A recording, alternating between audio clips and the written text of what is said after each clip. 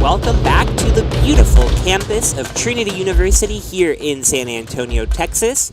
You get just a magnificent look at where we are today at the baseball field, right by the outdoor pool and ready for Game 2 of this doubleheader. And the Tigers certainly made a splash in Game 1, winning 12-0 over the Crusaders, and they ruled Dallas in just 7 innings, so that game ending in just over 2 hours, going the 7 innings. But we are right back here with you for Game 2. That should get started any minute now. We are excited to bring it to you here on Tiger Network, and we're very excited to hopefully have a couple of fun guests for you during the broadcast. I'm Brian Yanselson. I will be joined by Luke Terry for most of this one, but we're also excited to hopefully have starting pitcher from Game 1, Joseph Shavana, join us at some point during the broadcast. And there's a chance that a very special alumni will join us on the broadcast as well. But before we get to that, we'll run you through the lineup for the visiting Crusaders here in Game 2. Leading off, once again, Michael Anderson at shortstop. Batting second and at second base, Tyler Darnell. In right field, John Talley batting third. Batting cleanup in center field, Grady Birmingham. Batting fifth at third base, Maverick Martinez. Batting sixth in left field, Pierce Coleman. At first base, batting seventh, Andrew Womack. Batting eighth, the designated hitter, Andrew Gaspar. And batting ninth, a new face in the lineup, catcher Anthony Maldonado.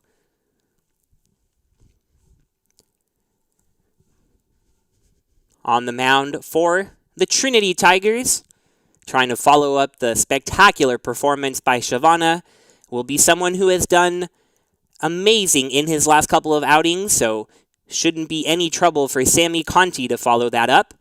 Sammy Conti has that ERA where you can see it on your screen, down at the 2.21 mark.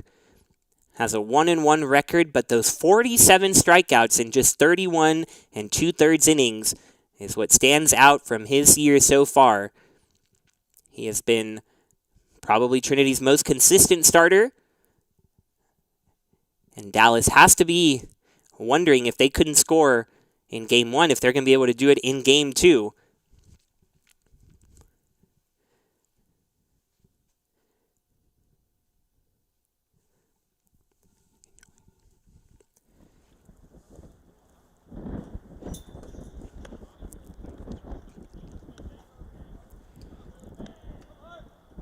So first pitch was scheduled for about 3:45, just a couple of minutes past that. And we have Luke Terry here joining us. Welcome back, Luke. Yeah, excited to watch Sammy Conti get back to work here in San Antonio. Been such a pleasure to watch him this season. He's really been dialed in, operating really nicely right around the zone, especially to right-handed hitters. Obviously, hitters standing in on that side of the box, having a little bit of an advantage with a baseball typically moving in towards the barrel of their baseball bat. But Conti doing a really nice job so far this season to try and combat that, operating right in on the hands of those hitters, and it's made him incredibly successful to this point in the year. So certainly look to see him continue that in this one here today. The first batter he faces is Michael Anderson, who also led off for Dallas in Game 1. He went 0 for 3, striking out a couple of times, and he looks at a strike on the corner right there. But Anderson was not alone in striking out. In fact, several of his teammates can say that they did, as Shavana struck out 10 Crusaders in his masterful performance, 7 innings without a run, and earned the complete game shutout. Right here to start things off, a close play at the bag at first. Conti able to get there in time to record the out. Looked to be a close one there. He really had to hustle. First baseman Metz getting him the toss over there. Yeah, it is out number 1. Opportunity to see this replay right here. Looks like Conti just stumbled off the mound a little bit when going to field his position. Yeah, that back foot just slid on him a little bit, but still able to get over to first base, and looks, based on that replay, like he was able to beat out the runner. So nice job by Conti right there, hustling over to first to field his position and do his job right there.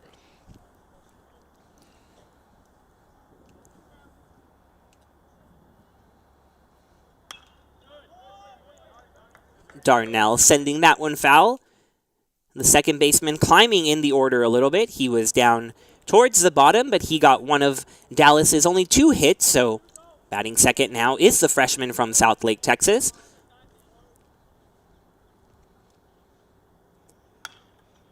And he sends one the other way. It will still remain foul.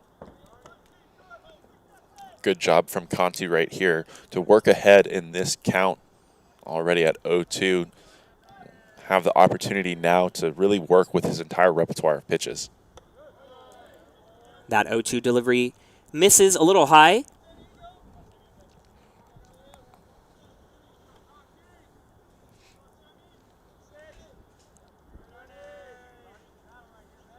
I think a big question in this one, Brian, is going to be how do the Crusaders respond after being blanked and run ruled in 7 innings in the first action of the day? Certainly will be interesting, and it's actually a feeling that they're not used to. A pretty unique quirk about how they've gone about their season so far. Out of 6 series that they've had, they've won the opening game of their series 5 times. So they're used to getting out ahead and feeling good about themselves to start things off, but now they'll have to find a way to bounce back, not only in this second game of the doubleheader, but still a game tomorrow afternoon. As a reminder, 1 p.m. first pitch here in San Antonio. So the weekend far from over for the Crusaders and the Tigers. But this first inning over for Sammy Conti as Metz steps on the bag himself.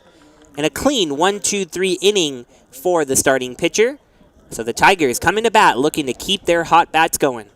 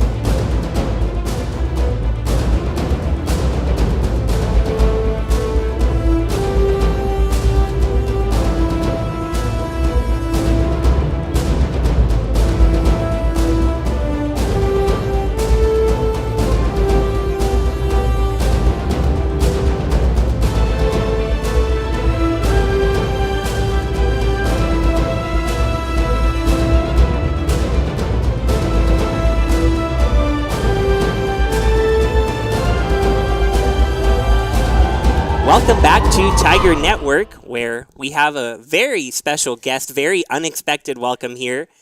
Jeremy Wolf, national champion here at Trinity, member of the Israeli national team for a time, founder of More Than Baseball. There's so much to say about you, but we're so lucky to have you, Jeremy. Thank you for joining us. Well, it's a pleasure to be here. You forgot National Player of the Year, but that wasn't on your script here, so that's totally fine. I'm okay without it. Honestly, none of it was on my script. Had no idea you would be here, so we're just happy to have you.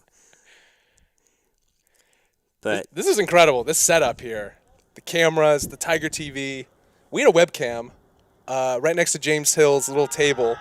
This is before anything that friends and family could watch at home. It was like, oh, someone's Motorola Razr is going to show the game on TV. Josh has helped us come a long way with Tiger Network. Josh Muchigemba, our fearless leader. I know you know him well. Sure, that's how you pronounce it. Yeah, totally. Pretty sure it is. I know how to pronounce tough last names myself.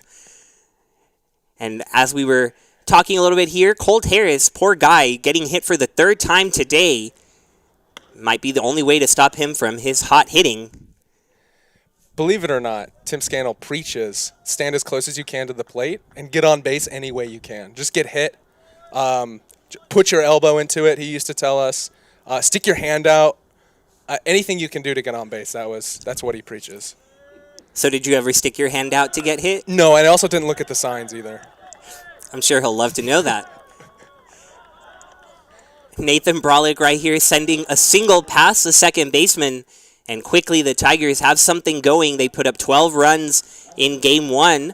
Run ruled the Crusaders. Were you here for that one, Jeremy? I was not. No, a bunch of us from 2016 came back, had a little lunch, hung out a bit, and we wanted to come to the second game, root our guys on. Well, you missed a good one. Did I, though? It was a great one. Run rule? Yeah, Trinity, 12-0. I'd say that's pretty good for Tiger fans at home. I'll take your word for it. I'll watch on the highlight tape later. You guys cut that up, right? There's people that do that? Okay, good. And you know the man at the plate actually hit a 3-run home run, Ezra Gore. Tied for the team lead in home runs and now leads in RBI, too. That's a good season. See, this is what I like to see from our guys. 390, 22 RBIs, 4 home runs. How many games in are we this year? Trinity is 14-7, so this is game number 22. Fantastic. This kid's good. See, look how close to the plate he is, right? His coach Scandal told him, I want you to get as close as possible, and I want you to throw your elbow into it. So we'll see what happens here. I think that's the game plan today. And by this point, Tiger fans at home know, but I don't know if you know, Jeremy, that Ezra also plays football in the fall. That's really cool. So he's just dominating at both. I wish I could. I wish I could play football. I wish I was a multi-sport athlete. I was barely a one-sport athlete. Ezra right here trying to square around a bunt. Actually, we saw that early on in game one. The Tigers trying to make something happen, but the Crusaders will provide the run for them as this pitch gets past the catcher. Gore was swinging away on the second delivery, had bunted on the first one. But the Tigers up early here.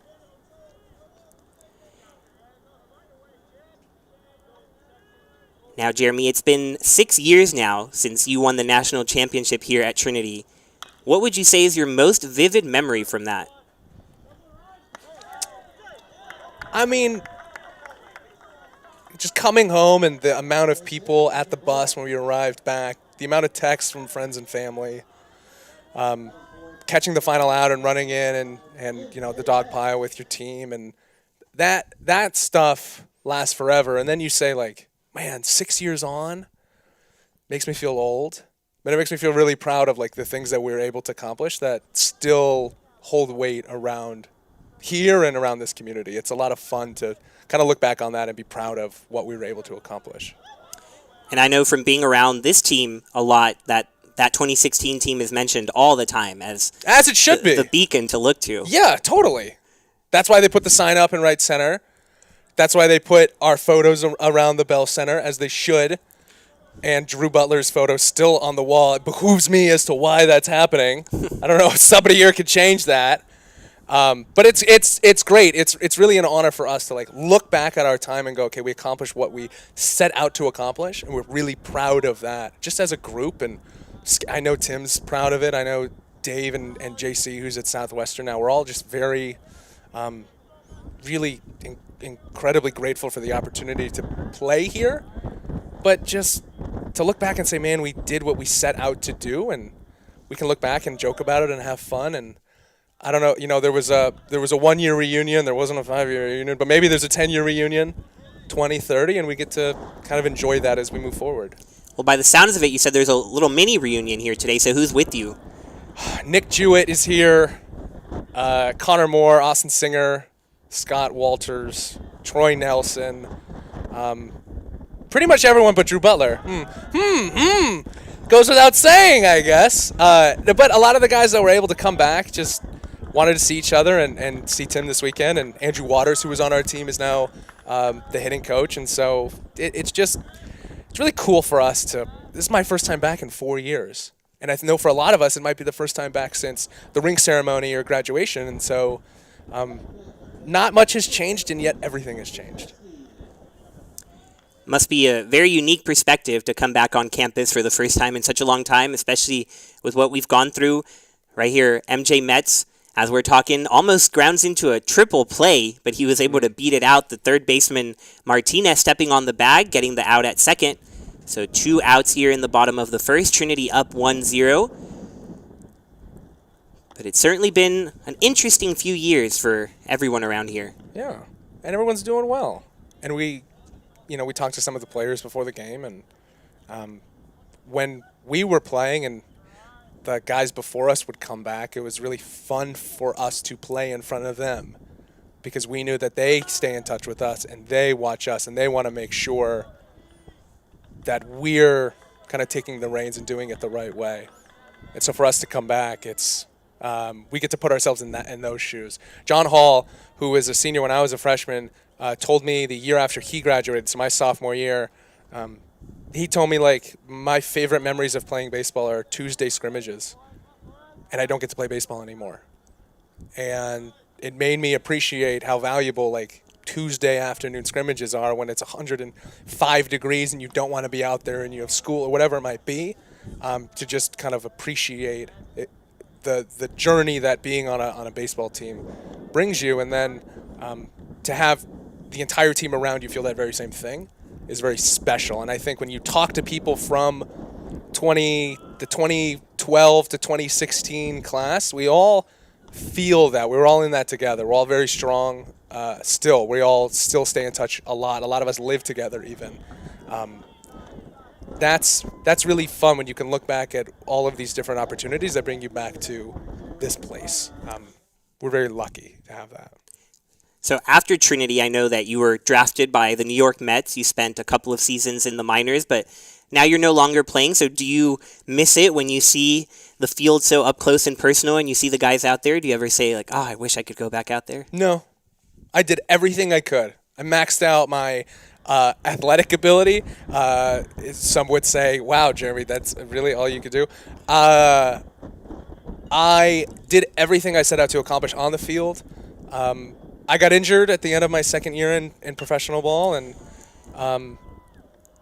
right here to interrupt you, nearly a home run. Yeah, but well, it's a strike, Brian. You're not going to interrupt my story for that. I mean, Schaub is worth interrupting anyone for. Got to say that power is impressive.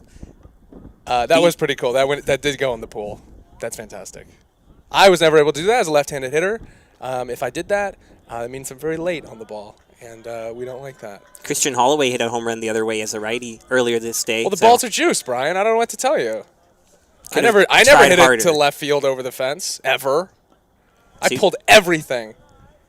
Going back to me, which is why I'm here, Brian, I swung as hard as I could every time, and it caught up to me. That's how I feel. Anyway, that's my story. I hope my mom's not listening. So what did you do after leaving the Mets? Have you been busy at all? I feel like you haven't really done anything. I work at the pottery shop. No, I started a nonprofit, and we help minor league baseball players get housing and food and equipment and career services and financial guidance and mental health coaching. And the reason being is because these teams don't provide these things. When I was playing, I needed these things to survive. And lucky for me, when I got done playing, I had resources to go to. Luckily, I made enough connections at Trinity to help set me up. But what if I didn't have that? Or what if I'm Venezuelan? Or what if I'm Dominican? Or what if I didn't have my college degree and I played 9 years of professional baseball or 7 or 6 and I had nothing on my resume to show for it? The environment during your career is incredibly difficult. The environment after your career is so uncertain that you go into depression and you have these effects that this game brings to you. And I wanted to create a space that provides resources for players during and after their careers, and that's it. And over the last 4 years, we were able to raise money and support players. We were able to provide opportunities to them that they didn't have otherwise. And we've been able to implement really influential change within the game because we're showing teams and people around baseball how easy it is to make an environment better. And we're doing that through baseball. And that's really fun to prove that baseball has that power. Yeah, and I know a lot of us have really followed along since you've started More Than Baseball, and over the last several months there's been really positive developments and guaranteed housing now, if I'm not mistaken, for minor leaguers, or just a little bit more commitment. Can you talk a little bit about what you've seen? Yeah, we do a lot of research when we have about 3,000 players in our organization. We raised about $2 million over the last 3 years, and with the funds, the ability to do research and to figure out opportunities for us to improve the game, we're able to make change both like on our own territory, right? And then work with our contacts with the Yankees and the Dodgers and the Guardians and the Diamondbacks, whoever it might be, to implement really influential change within their system. So there was a rule that came out over the last few months that said, well, housing will be guaranteed. Well, we've actually proven that not providing housing to every single player in an equal manner is against the Fair Housing Act. So what we're able to do is to prove that we can be a watchdog of the things that happen in professional baseball. And yes, it's an environment that just has been neglected, and we're making sure that the right decisions and the right things are happening to improve the lives of players, because at the end of the day, if you improve the lives of players, they will perform better. And if the teams want the best product possible, they will do whatever they can to improve the working and living conditions of their players, because it's an investment. So I wish I had everything in front of me so that I could focus on baseball, but I didn't. I had to focus on all the other things, and then, oh, by the way, I had to get ready for the season. Or, oh, by the way, I needed to go to Dick's Sporting Goods to get a glove because I couldn't afford a Rawlings or whatever. I got a cheap Wilson. Like, there are different things that I've gone through and that I know thousands of other baseball players still go through. Where would you say you got this great research ability? Do you think any professors at Trinity helped you? Your communication major certainly seems to be coming in handy. Jacob Tingle has been incredible. Don Moraes has been an incredible partner in this. Luis Martinez. There are people I still stay in touch with very consistently from Trinity because they have these tidbits. They have these things that they've learned that they're able to pass on, not only while I'm a student, but the ability to maintain a relationship with them and continue almost working alongside them, or continue a friendship and a relationship where I can just call them and ask a question. And they've had 20 years of research and actual work experience doing these things. It's incredibly important for me to utilize sort of those relationships that I was able to build here. So as the season approaches, the major league and minor league season, what would you say you're keeping your eye on the most? Whether it's the housing follow through or maybe some other changes, as I know minor league baseball has changed remarkably over these last few years, as here in San Antonio, the wild pitch is really piling up, Trinity taking a 3-0 lead. But just curious to get your opinion on what you're looking for this season. It's kind of like, that was kind of like the Tom Brenneman, remember? He's like, that's a fly ball left field for Castellanos. Anyway, I hope I don't get fired for this. Trying to keep people still engaged with the game, and you, Jeremy. It's a tough balance. What we're looking forward to this season is the actual implementation of things that we've researched and wanted to put in place, and talking to teams and just going to different complexes and talking to players and making sure they have what they need, because we have the resource to provide these things. Or one of the really amazing stories that we've had is we helped a player who was with, I'll say it, the Cincinnati Reds, and the team wouldn't provide him assistance when they released him. Players get their work visas revoked. Well, because he's from Venezuela, we actually enabled him to stay in the country through working through his asylum paperwork. So we helped him stay in the country, help him find a place to live, help him find a job, and he was working in construction for the last, I don't know how many months, 6, 8, 12 months. And we actually got him an interview with the Tampa Bay Rays, and he just became the video coordinator of the Dominican Republic Tampa Bay Rays scout team.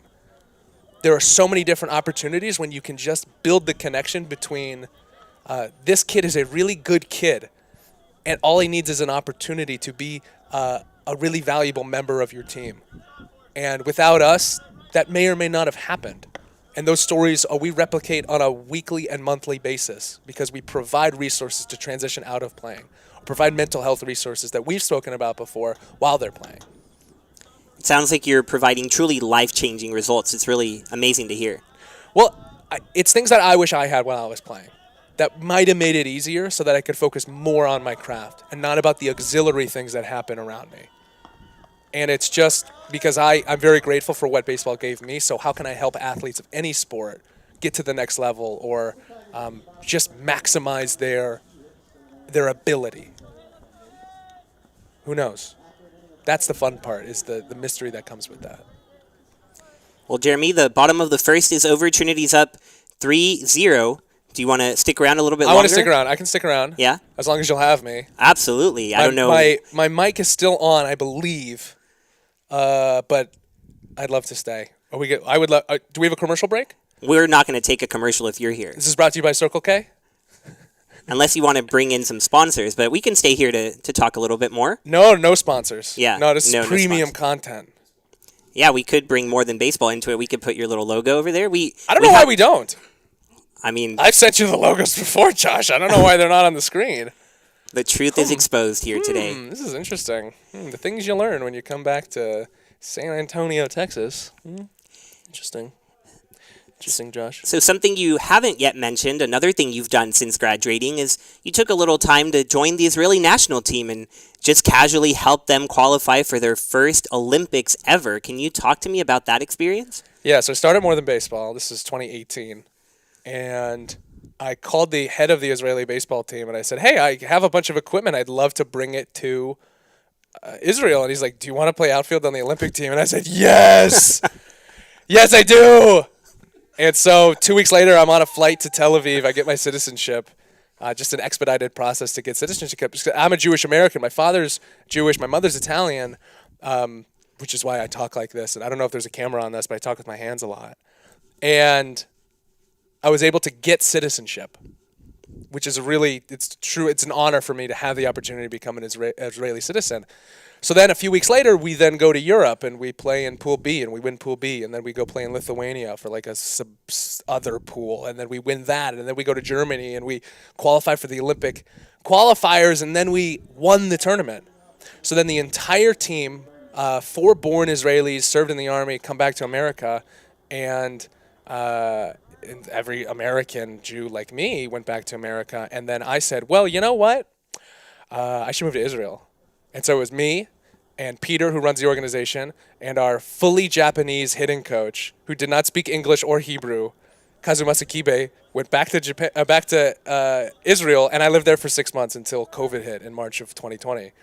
And to have those experiences, right, to live in Israel is because of baseball, to be part of an Olympic qualifier is because of baseball. It's a really incredible thing that baseball has enabled us to do these things. The Olympics were in 2020, and then they got pushed off, and so they brought this guy on. I was on the roster, whatever. They brought this guy on. His name's Ian Kinsler. For those of you who know who Ian Kinsler is, he's a 15-year Major League veteran, borderline Hall of Famer. And they said, hey, Jeremy, we got Ian. And I said, say no more. Just let me come to New York, train with the team. Let me have fun. Let me be around everybody. The team goes off to Tokyo, and I'm stuck at home in Tucson, Arizona, watching at 3 a.m. And I'm like, oh, I know that guy. Oh, I know that guy. Oh, we beat Korea. That's cool. But it was fun to be part of everything. I was like this close to going. I even had a ticket because one of our players tested positive because he might not have been able to go. They're like, Jeremy, like, get ready. I'm like, okay, coach. And then he tested negative like on 5 tests. We're like, well, meant to be. It's meant to be. And so to be part of it is really cool. To look back on my career and go, wow, won a national championship, got drafted, played for Team Israel, played for the Mets, met all these people, get to do all these things, tell these stories, help these people. What a stinker. That's fun. Those are the worst when you're a pitcher and that happens. You know what you can now add to your resume?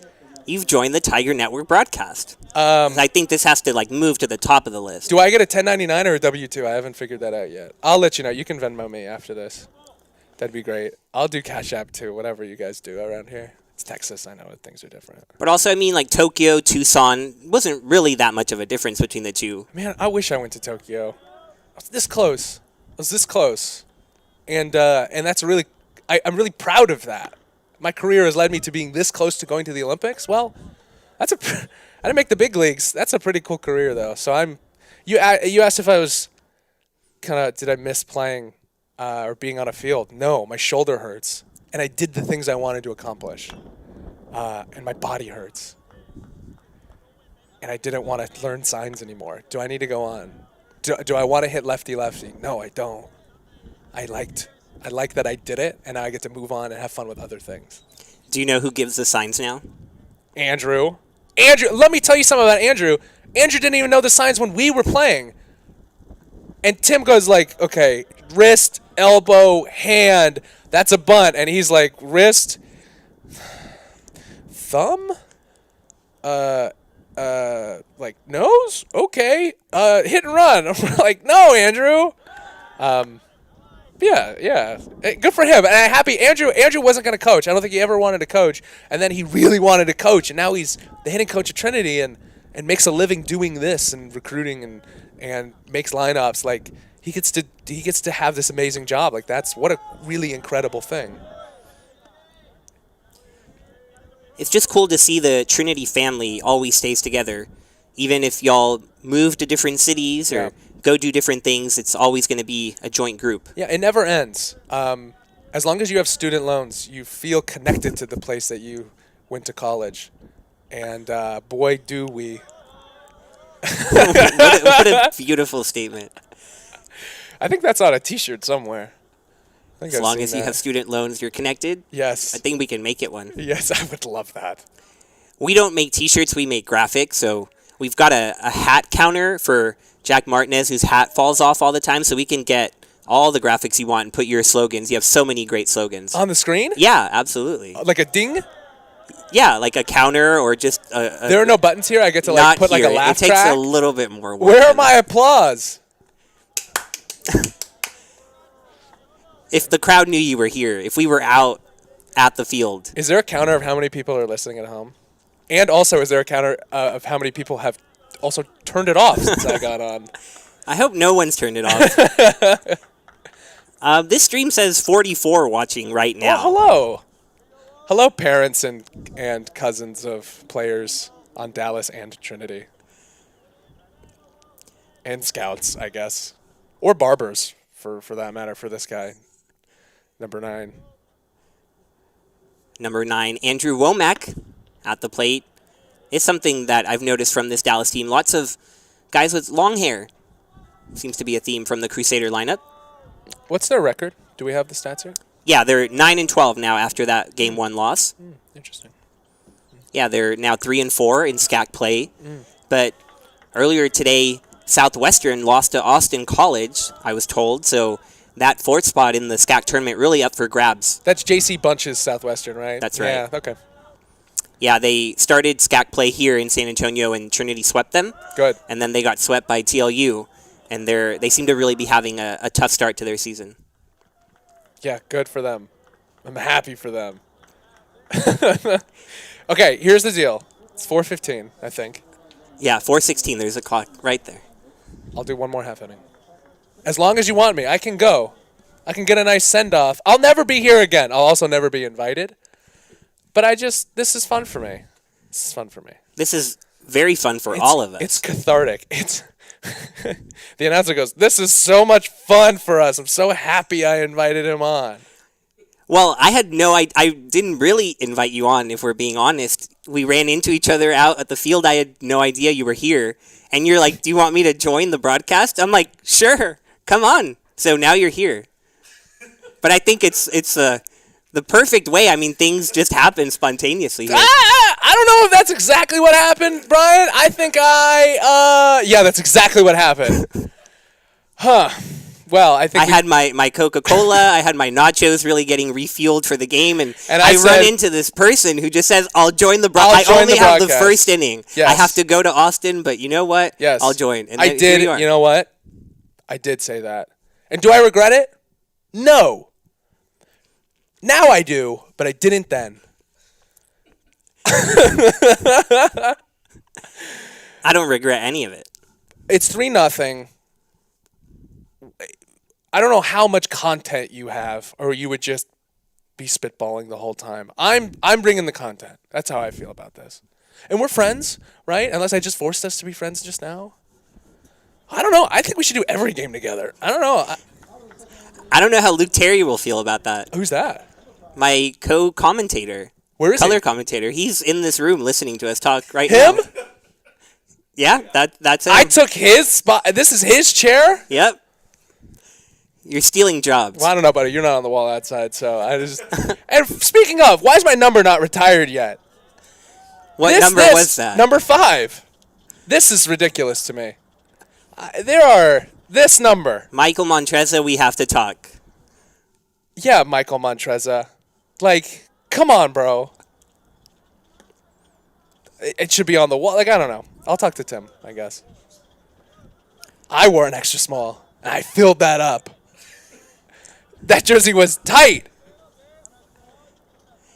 I think they haven't retired it because they really want it to be remembered forever, but Like a living living thing. memorial. So when I watch the next game and you say Michael Montreza is up, ooh, that's it. See, number 5, that's a nice liner.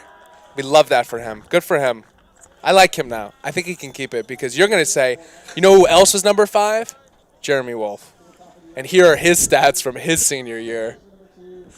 National Player of the Year, was Yeah. it? You're gosh darn right.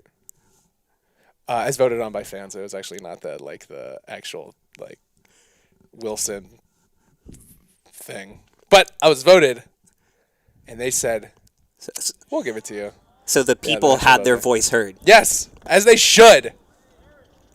It's about time. That's what I say. Let the people know. But my number's not retired, and Drew Butler's picture's on the wall out here. And look, I mean, right behind home plate, you can see the brick wall. There is some open space there. There can be more pictures added, I'm sure of it. Honestly, I might just make my own banner. What would you put? There's so much to say. Jeremy Wolf, number 5, coolest on the field, sexiest off the field. And I'm gonna get the zip ties. I'm gonna put it right behind the umpire, right there. So you have to see that every single time you go on air. That's it. I'm sure there's someone we can talk to make it happen. No, I will pay for it, and I will put it up myself. Or you can help me. It will take 2 hands. I can help if you want. Thank you, Brian. Always here to help. It's the least you can do. Don't make me come back on air next time I'm in town. Would definitely not want to risk that. I mean, this has been quite the roller coaster. Boy, has it. I appreciate the pub. This is going to win an Emmy. This this whole interaction. I don't know why it hasn't already. And I'm going to go up on stage and I'm going to slap who's ever presenting that award. I don't know if that'll go over well. We've seen how that turns True. out over the past week. True. I want to stay in the academy. You're absolutely right. But it may not be slapping, but Colt Harris continues to be attacked with the baseball. He's had to duck now twice during this at-bat. It would be the 4th time that he's hit today. And, you know, I've got to keep the streak going. Luke brought it up earlier. Maybe a counter for how many times I bring up the Baltimore Orioles. Jeremy, did you know that Colt Harris is a Baltimore Orioles fan? I didn't know Baltimore Orioles had fans. So there should be a counter for that as well. They have at least 2. In San Antonio, and that's impressive. At Trinity. That's I didn't know they were Baltimore Orioles fans in Baltimore. So now they're leaving Baltimore and they're in Texas and they say, I'm really proud of the Orioles. Forever and always. Forever and always. You know what, I'm a big fan of them because I know a few people that played on that team and then they left and it was the best thing that they had ever done. Well, we don't love to hear that necessarily. Yeah, sorry. So what happens when you don't win? You're in a tough division. Very. When was the last, I don't even know the last time they won the AL East. 2014. More recently than the Yankees. You know. Really? Yeah. That's impressive. I'm a Mets fan, so I'm up and down with things. I like baseball. I hate baseball. You have Buck Showalter now. We do. I didn't know he was still alive. And then they're like, Buck Showalter. He was the first manager of the Arizona Diamondbacks because I'm from Phoenix. Nice hit, kid. And now he's the manager of the Mets. This is like 25 years later. I guess he's doing well. I think Jacob deGrom and Max Scherzer combined age is not even the age of Buck Showalter. I think you're probably right. I am on that probably one. right with that, yeah. And it's funny you bring those two guys up because the starter of Game 1, Joseph Shavana, he threw a complete game shutout. He actually said he tries to model himself after deGrom and Scherzer a little bit in his wind-up and delivery. There was a run rule, right? Mm-hmm. Is that considered a complete game shutout? It is in my book. If there was a no-hitter on a run rule, that can be considered a no-hitter? Okay, congratulations to that kid. Throw 7 innings next time, why don't you? Let up some runs so you don't have to have a 10-run rule next time. Offense is I heard just he's a too good pitcher, so sometimes. yeah, he's a good pitcher. I've seen him pitch. Yeah, And did you see what the Oriole fan did? RBI single. because he's An Orioles an fan. Orioles fan. Right. That's Exactly. exactly what I That's was what gonna I've been say. trying to convince everybody this Yeah. whole time. I think I'm gonna leave here, regretting coming on, but I will leave here an Orioles fan. That's all we try to do here at Tiger Network. Orioles Network. Orioles Network. Masson. Be there. I don't know. Me and him are a good team. Sorry, bud. You might have lost. You might have lost your job. That's my job. You're just insulting everybody. Well, it's okay. I'm not coming back for another half decade. Once my loans are paid off, I'll be like, Josh, I'm coming back. It can't stop me. Now, I think we have to make this happen more often. The spontaneous visit. The spontaneous visit and invite myself onto the air. Mm-hmm. Yeah, we're entertainers. That's what we do, Brian. We're entertainers. There should also be a camera on us, and I don't know why there's not. I'm disappointed in that, honestly. I mean, we have a lot of camera angles. I don't know that the broadcasters are who the people want to see. They want to see the action on the field. Wow, Brian. Just depends. Just being honest, you know? Depends on who's behind the microphone. Maybe now they'll want to see, Yes. because who wouldn't want to see Jeremy Wolf? Thank you. Ding, ding, ding. Where's the counter on that one? Josh is cooking it up. Do we have trivia? We've never done trivia. Well, that's maybe a lie. We don't call it trivia, but there has been kind of a series we've introduced. Brian. We love to talk about why certain teams have the mascots that they do, and we ask the people at home to respond, and they usually don't, and then we just tell them anyway. So we could do trivia. Do you know why Dallas is called the Crusaders? Yes, I do. Clearly. Because back in 1937, Johnny Crusader invented the University of Texas at Dallas and said, we're going to call ourselves after me. He was being selfish. He says, we're going to call us the Crusaders because that's my family name. That's what he said. Well, this isn't the University of Texas at Dallas. This is the University of Dallas in Irving, Texas. Yeah. The Los Angeles Angels of Anaheim, I believe is the I comparison. guess that's comparable, yeah. But the more interesting story, since we're on this topic, is not how they became the Crusaders, but the fact that there's actually a unofficial mascot that they love more on campus. Do you have any guesses as to what that might be? It's a bulldog. Nope. Then what is it? That's it? That's your only guess? A bulldog, the most common mascot? Yes. It's Okay, a well, Titan. no, it's the groundhog. Why? They voted as a school to make Groundhog Day an unofficial holiday at the University of Dallas, or an official school holiday. And so the groundhog is the most popular animal on campus. They have a festival. They have parts of their campus known as like the Groundhog Park. They just love groundhogs, and even though they're called the Crusaders, most people say that they love the groundhog way more. Brian, you can see why nobody writes in the comments. You didn't think that was an entertaining story? No. But I'm happy that you thought it was an entertaining story. Because you know more about the University of Dallas than any of these players do. That's my job. And I'm proud of you for that. You're very good at it.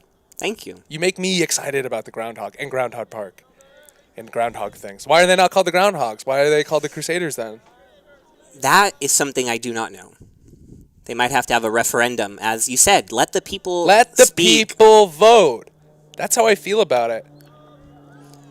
and let the people hit and score, That's and they tough. will hear. MJ Metz driving one to left field. It gets past the dive, and 2 runs are going to score.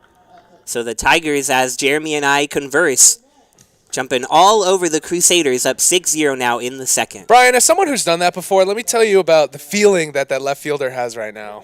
It's not good. It's not good. He's nervous. His girlfriend just broke up with him. He's going to be taken out of the game as soon as he gets back into the dugout.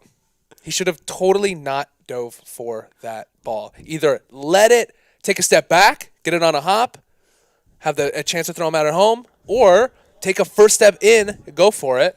But he hesitated, and that is why that ball went by him. That's the play-by-play for you. How is that? Here's another chance. Is he going to get it? Doesn't dive this time. Tries to throw home to get out MJ Metz. The throw well up the line.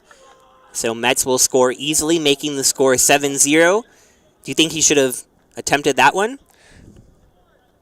We'll get a look at this replay. You tell me if the dive would have helped. No. He wouldn't have caught it if he dove for it. It'd be something like that again. Left field's hard, man. People don't give us enough credit as left fielders. They say put the slowest, worst outfielder in left. But I say no. Put the best in left. So that kid, he'll be fine. Pierce Coleman, freshman out of Castle Pines, Colorado.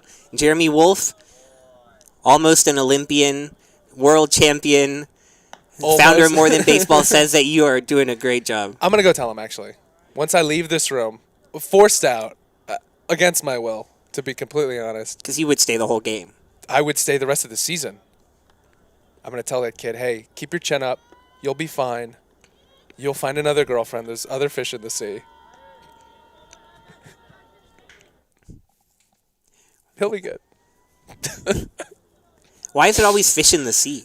I don't know. Why can't it be Groundhogs something in the with ground. groundhogs? I don't know. What else do you want from me? I'm trying to be family friendly here. His mom might be watching. So what would your message be if they are watching?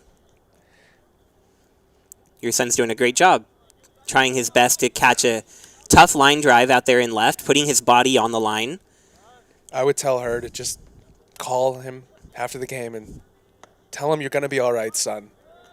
It gets better. That's what I did. That's what my mom did. Jeremy, you stink at left. Get better. And I said, yes, Mom. And did I? Did I take her word for it? I heard a lot of no's in this room. The answer is no, I did not. And you know what? I should have heeded that advice. You know something I'm curious about, Jeremy, with Brian Schaub at the plate?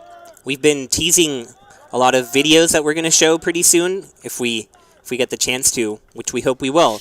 And one of those will feature Brian Schaub really promoting a restaurant called Las Palapas here in San Antonio. Yes. I mean, you have your Jewish background, your Italian background. You know good food. I do, yeah. Do you endorse Las Palapas? Well, I don't know anything about Las Palapas. I haven't met the owner. I don't know the menu. I don't know if they have a gordita, chalupa. I don't know how the tacos taste. Taco Is there cheese on Tuesday. it? Cilantro? Do they have Taco Tuesday? They They do. have Taco Thursday? What do they do on Saturdays? Are they open on Sundays? Thank you, Mark. Well, you know, what they do The is Ten Commandments of San Antonio. they actually have the orders of Brian Schaub and Garrett Ayler and a few other Tigers memorized because they just come in so often for Bible study that they just sit down and they just bring them their food. They That's don't it. even have to order. That's really cool. Yeah. We didn't have that at the synagogue. We just had dry crackers. That's a joke for all you goyams at home. Here's what I want to tell you. I will do a commercial for Las Palapas if they put my order on the menu. Call it Las Gorditas. It would be my order, my personal order. I will do a commercial for them on air, on radio. You make that happen, I will help Las Palapas out with that. We'll have to see what can be done. Thank you, Brian. Did you dress up for Purim recently, Jeremy? I did when I was in Israel. I did not here. It's a shame. I felt like if I was at home with my girlfriend, dressed up as Goldilocks, alone on Purim by myself, it would not have gone over as I would have intended. For all of you at home who are wondering what Purim is, this is not the best way to describe it, but just because people dress up, it's basically the Jewish Halloween in that sense. And it lasts a month long. No, it doesn't. Yes, in Israel it did. Then why was I wearing a costume every day for a month, Brian? I don't know if Gosh, that says I more knew about I should have you learned the or about language. me. Oh my goodness. This is in Tel Aviv, right? I lived in Tel Aviv. I lived in Neve Tzedek, right on the beach in the old city. Yeah, and I wore a costume for a month. March of 2020. And you ate a lot of hummus, right? Because Tel All Aviv I is. ate was hummus. How do you describe Tel Aviv again? Tel Aviv is Miami with hummus, Brian. That's right. And you eat hummus so much you can brush your teeth with it. I think people do that. In Israel, they do. Or as the Israelis would say, Yeah. Very descriptive. You're doing a great job already with the broadcasting, really not just describing what's happening, but making people feel it and hear it and see it, all of it. All 5 senses at play. that's my job. Mm-hmm. That's why I invited myself here, to educate, to inform, to entertain. Good luck filling these shoes, Mark. It's Luke. I'll figure it out eventually. It's my first day, and also my last day. Well, Okay. Jeremy, It has been It a looks pleasure. like it might be over. I don't know. Oh, no! The ball gets down. Tyler Pettit's going to get into second with a double. And 2 runs are going to score, and Jeremy gets to stay on for a little bit longer. 9-0 now. Yep. What's the run rule after 4? All I know is 10 after 7. I don't know if there's anything earlier than that. It's still 10 after 7, as I've been told, and these Crusaders have Go Roundhogs. been ones to give You mean up the Groundhogs. runs. You mean the Groundhogs? The unofficial Groundhogs. Let me tell you what. Let me show you a little bit about what makes a successful baseball team. Mm-hmm. Good pitching, good hitting, good fielding, good coaching. That all seems important. And if you Should have you all score those, more you runs have a also? winning recipe. Like I golfed this morning. If I could chip and putt and drive well and hit my irons good, I'd be on the tour. But I'm not, Brian. I'm sitting here with you.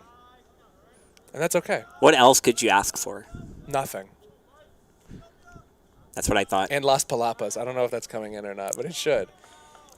Look, number 5's back up at the plate, and he's going to drive Get out, that ball. one deep to left center field, and I love this honoring kid. Jeremy Wolf. The tribute continues. Michael Montreza with the RBI double. A double for number 5.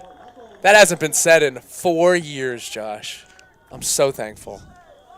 It's been 6 years since you've left, Jeremy, not 4. The ghost of me is still here. It's still it still roams around the Bell Center, much like today. I'm impressed that you found us here. We're kind of hidden. I'm surprised I found myself here too. And as I sit here with you, I'm surprised I am still sitting here with you. We should find a way to close this out in case Ab Harris. Colt Harris, We'll figure Orioles it out. fan, remember? You Oh, already the Orioles forgot. fan. The Orioles fan. Right. Hitting over 380 this year. Oh, is he? Yeah. Oh, Mazel Tov. Ah, here it is. Hey, he'll figure it out. That's it. Hey, I want to tell you something. You're fantastic at what you do. You're a fantastic writer. You're a fantastic person. You're a fantastic announcer. It was an honor for me to invite myself to come on and talk to you. It was my excuse to sit down with you and to be on air with you. And if you want me to call in when I leave, I would be happy to. I don't know if you want me to put the number on the screen, but that'd be fantastic. I don't know how I'm going to continue without you. Honestly, this Well, you has got been Luke here. incredible. So Good luck, bud. Luke will try his best to fill your shoes, but I don't know if anybody can do that in many different ways. So thank you, Jeremy Wolf, for pleasure. joining us, and good luck in all your endeavors as you do great things. Same with you. Here's the third inning stretch presented by Las Palapas.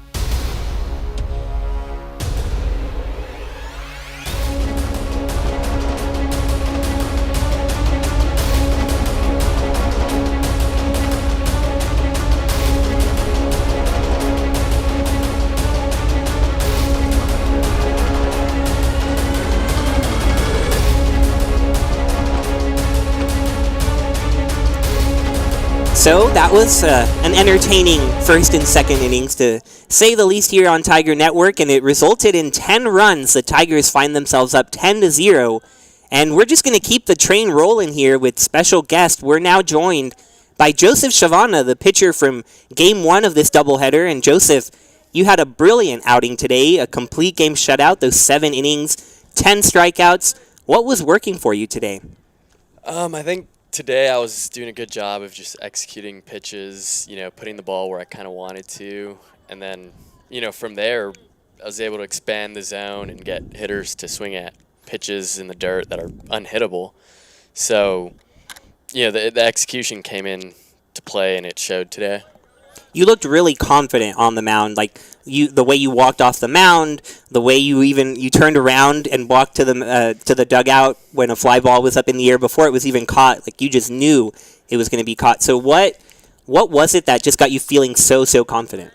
I think it's just getting that routine in for a start. It's a lot easier, I have my music playing, I stretch in the outfield by myself, kind of just feeling things out.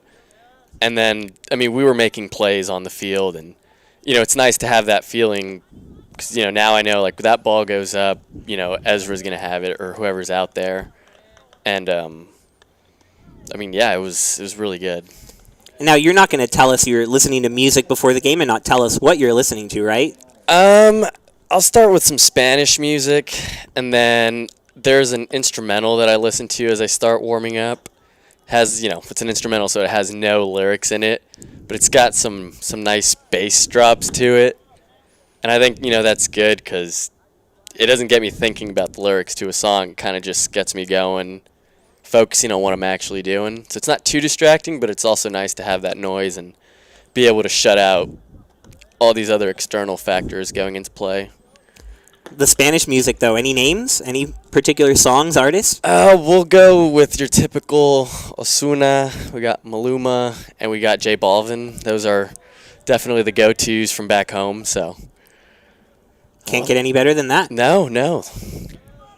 So currently on the mound, Joseph, your teammate Sammy Conti, he joined us last week, and he had a great conversation with us about how much the pitchers really interact with one another. There's a lot of helping each other out and seeing how each other are doing.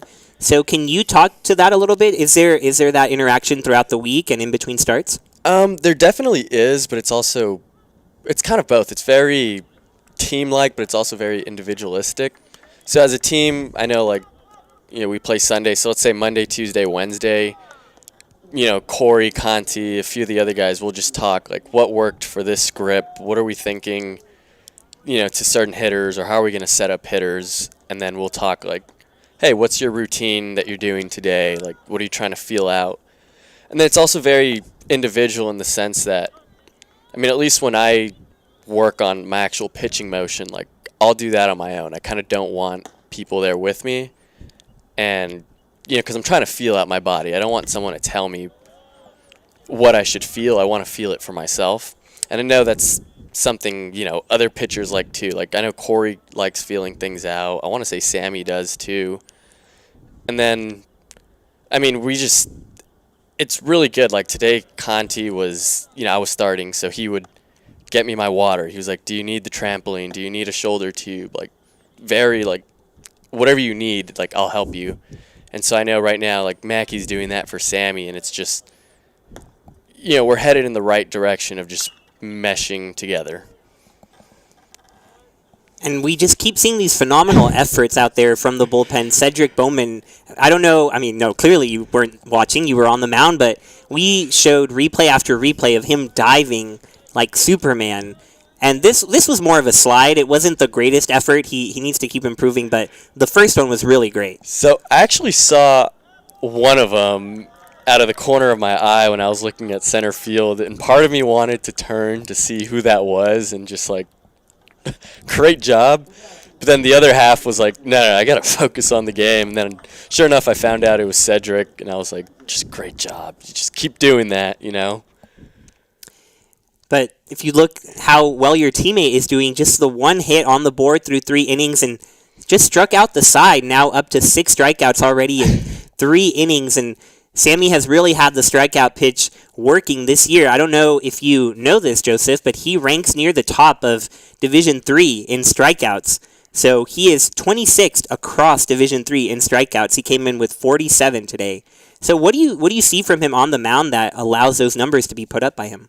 I think it goes down to executing, his pitches like we talked about earlier. But at least the feeling I get when I see Sammy throw, especially when we played Centenary, is when he goes out there, it doesn't look like he's pitching in a game. It looks like he's just throwing a bullpen and just throwing pitches to where they need to be. And I think, him doing that allows him to stay calm and relaxed, and then he can just open up the strike zone. Because, he throws hard, and then you throw a hook in the dirt, a hitter is going to just swing and miss every time.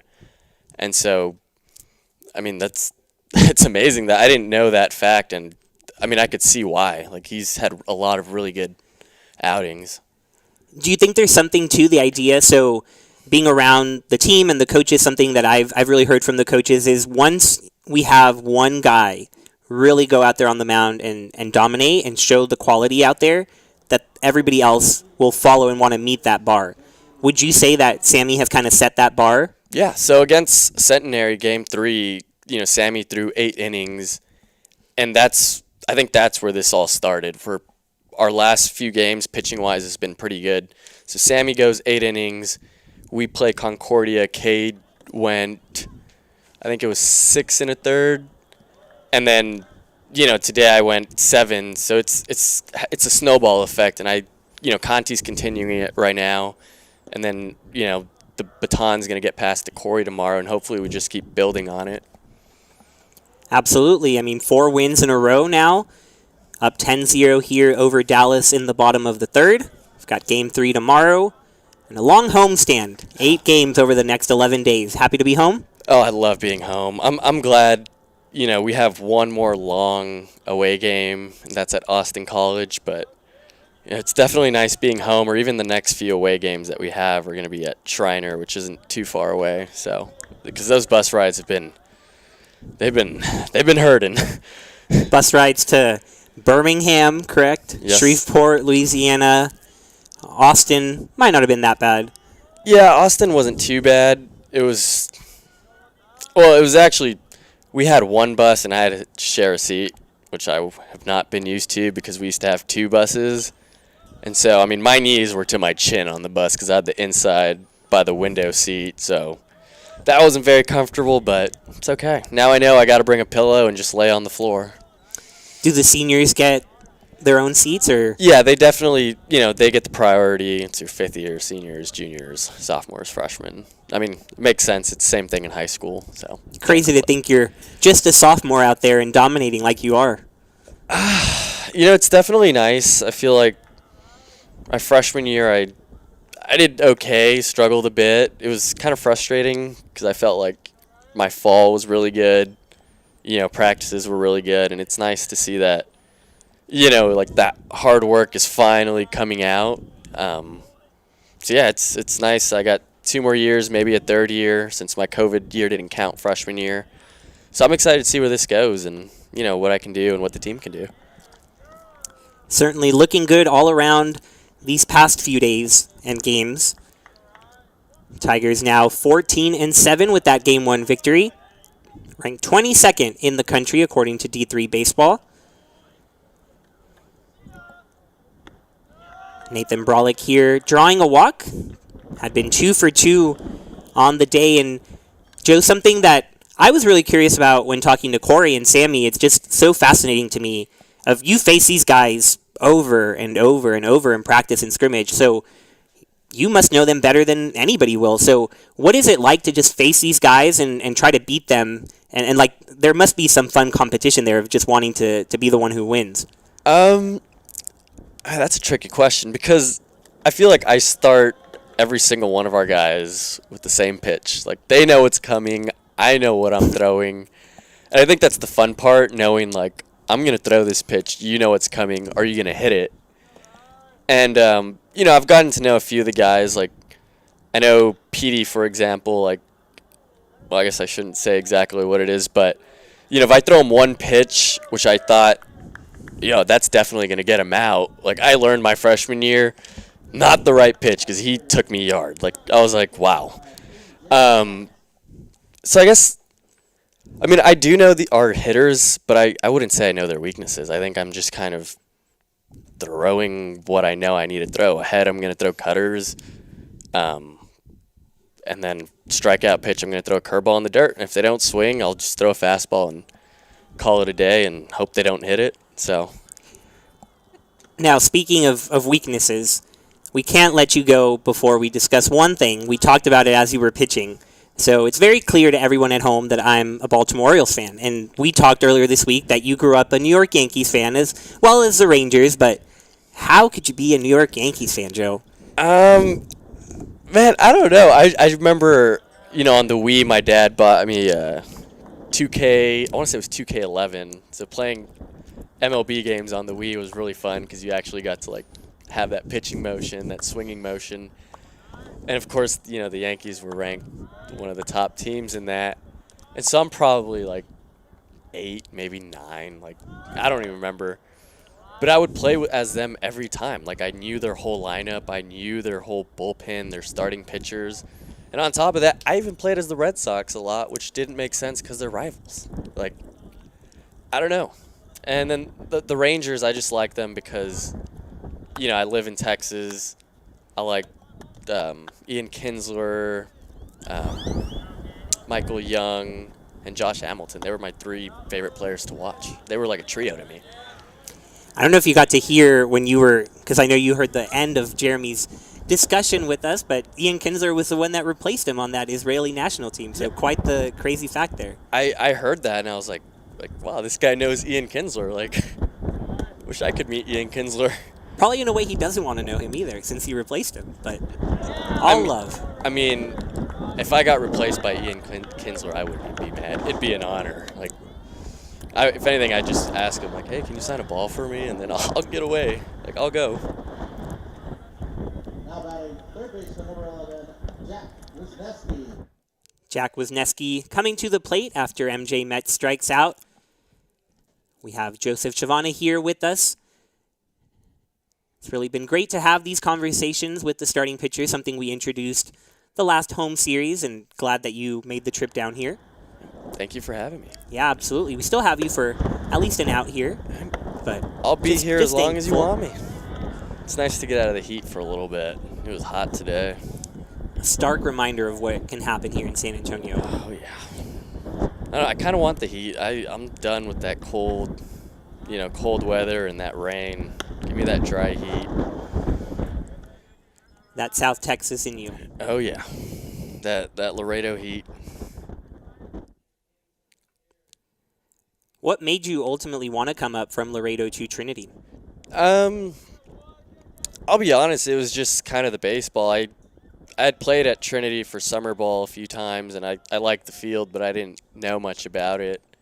And then in Georgia, Atlanta, Georgia, I don't remember which coach it was. It might have been Dave or Skip. But, they were talking to my dad, and I was pitching, and then that kind of just unfolded. It's, to me being here. So, I don't regret it. I love Trinity. The baseball's fun. The school, it's a little difficult, but it's fun. I feel like I'm getting, my money's worth through what I'm learning. So, really, Trinity, baseball was what brought me here. It's a tough balance. We talked about that as well also in Game 1. Just the student-athlete life of having to be in the classroom, then on the field. Not an easy thing you'll do. No, it's tough, especially in season. In the off season, it's pretty easy because we don't travel. But when we went to Birmingham Southern, first night we got there, I was working on an accounting assignment. I had another project I had to work on. We get back from Centenary. I got a 1,200 word paper that I need to type out. I got midterms coming up, so. It's definitely tough on the bus, especially for me because I can't study on the bus. If I look at a screen, I'll get a little bit of motion sickness. So it's a lot of long nights of studying and then still going to an 8:30 class the next day. And just trying to pay attention. But I mean, the teachers here also make it really easy. Like, if you have a good relationship with them, they'll help you out. They'll work with you and give you extensions. So it's definitely manageable. So you're telling me that in the last week you wrote a 1,200-word essay and threw a complete game shutout. Yeah, I don't even know what to say to that, to be honest. It's been a tough 2 weeks. I mean, I got 2 more midterms coming up Tuesday, Wednesday, so I got some studying to do this weekend and just got to get through it. And you said accounting, right? Yes. Why wouldn't you? You're a baseball player. Everybody on this team is finance or accounting. Yeah, so my freshman year I was pre-med, and then, chemistry I didn't like it. And so, Dave goes up to me. He's like, so you're not doing pre-med anymore. What's your plans? And I'm like, well, I might do finance or accounting. Like, I'm not sure. I got to see. And he just told me, you should do accounting. Like, Trinity does a good job. They have that 5th-year program, and, they'll get you with employers. So now I'm an accounting major. It's hard, but it's something I like. I feel like it's very applicable to a lot of things in the business world. So, I mean, it's a good way to learn how to count all your strikeouts. Yeah, that's actually what I have my mom for. I went to her after the game, and I was like, I think I had at least 10 today, and she pulled out a book, and she wrote them all down, every AB I had, what pitches I threw, and sure enough, it was 10. I love that. It's great having, my parents around. They've been to every home game supporting, so it's nice to see them, especially since we don't get to go home very often in season. I mean, I haven't gone home at all, so it's nice to see them. It's great also in between the games how everybody comes out and just has a little chat, and there's still the second game on the mind, but just nice to have the support, I'm sure, from friends and family, people who come watch the game. Yeah, it's nice, seeing my friends, after the game, obviously my teammates, but friends from school, seeing, my roommate is Christian, seeing his dad there, like seeing just everyone's parents interacting. It's very nice. It's like one giant extended family at this point, I feel. What a day for the roommates. A 3-run home run from Christian and a shutout from Joseph. I mean, what else can you ask for? I'll be honest, I don't know, but I mean, like you said, it's been a good day. I remember, I was sitting in the dugout and I see him hit the ball the other way, and I can't see because there's people standing in front of me, and I'm like, well, it's going to be 3 outs. Like, let me start drinking some water, getting my cap, and sure enough, everybody starts, like, going crazy. I'm like, did he just hit that over? I didn't even see it because I think I had MJ standing in front of me, and, I mean, MJ's tall, needless to say. But, I mean, it's been a great day for my roommate, me, and then I want to say Colt's had a good day too. He's my suite mate, so. Well, I don't know what's going on in that suite, in that room, but keep doing it. It is working. It's working for Trinity fans. You said it's been a great day for y'all. It's been a great day for Trinity fans as well, and a great day for me to get to talk to you. So thank you so much for joining us during this 3rd inning. Good luck as you continue this season, and hope you get some rest after this big day you had. Thank you, Brian. Have a good one.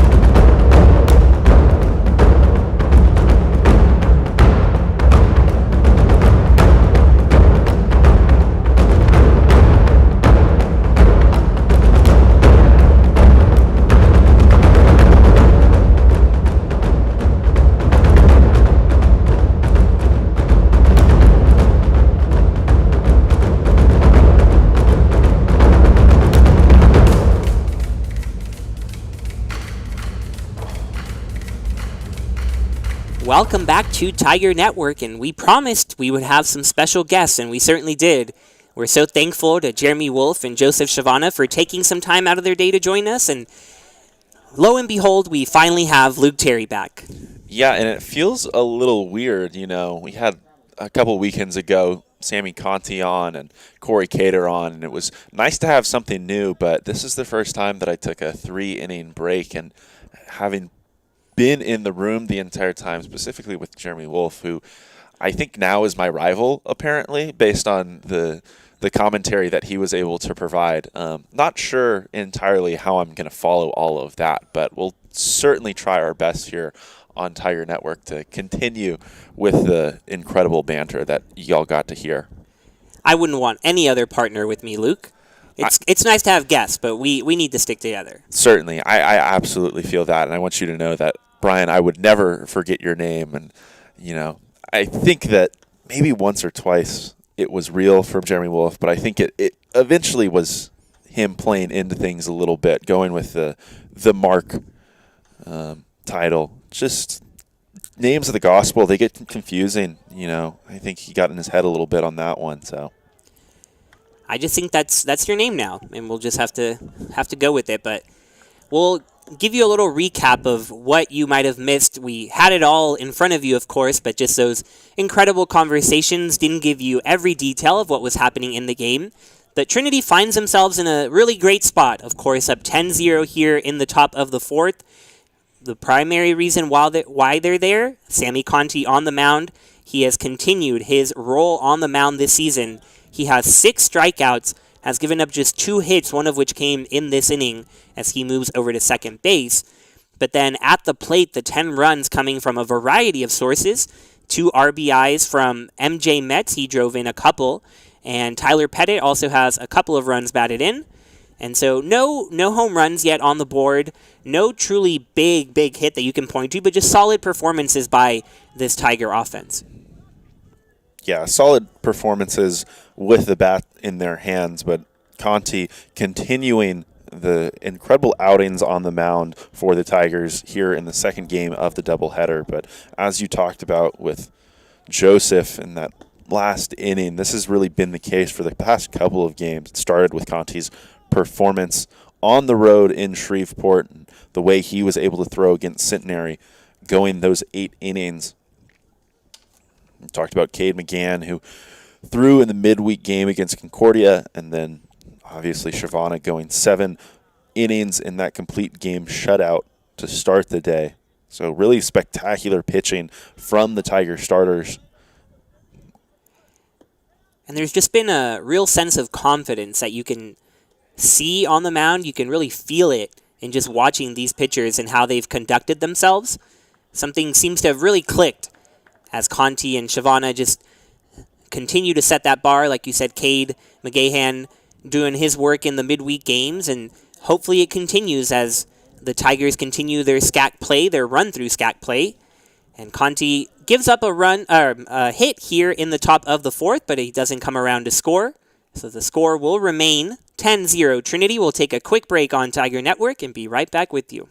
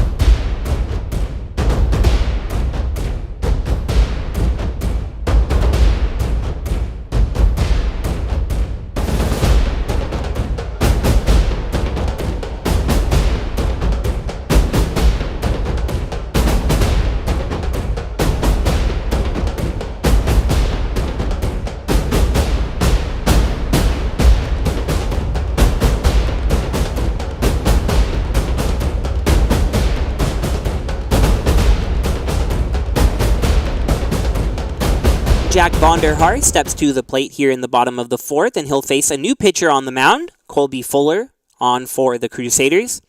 Fuller, the junior from League City, Texas, and he replaces the starting pitcher Ryan Flores, who had a tough afternoon out there on the mound. He went 3 innings and gave up 10 runs, all of which were earned. Along the way, he gave up 9 hits and 6 walks, so a difficult afternoon, but he stuck through it and got a scoreless third inning, and now the bullpen comes in to try to keep things right there. Yeah, and certainly a tall task.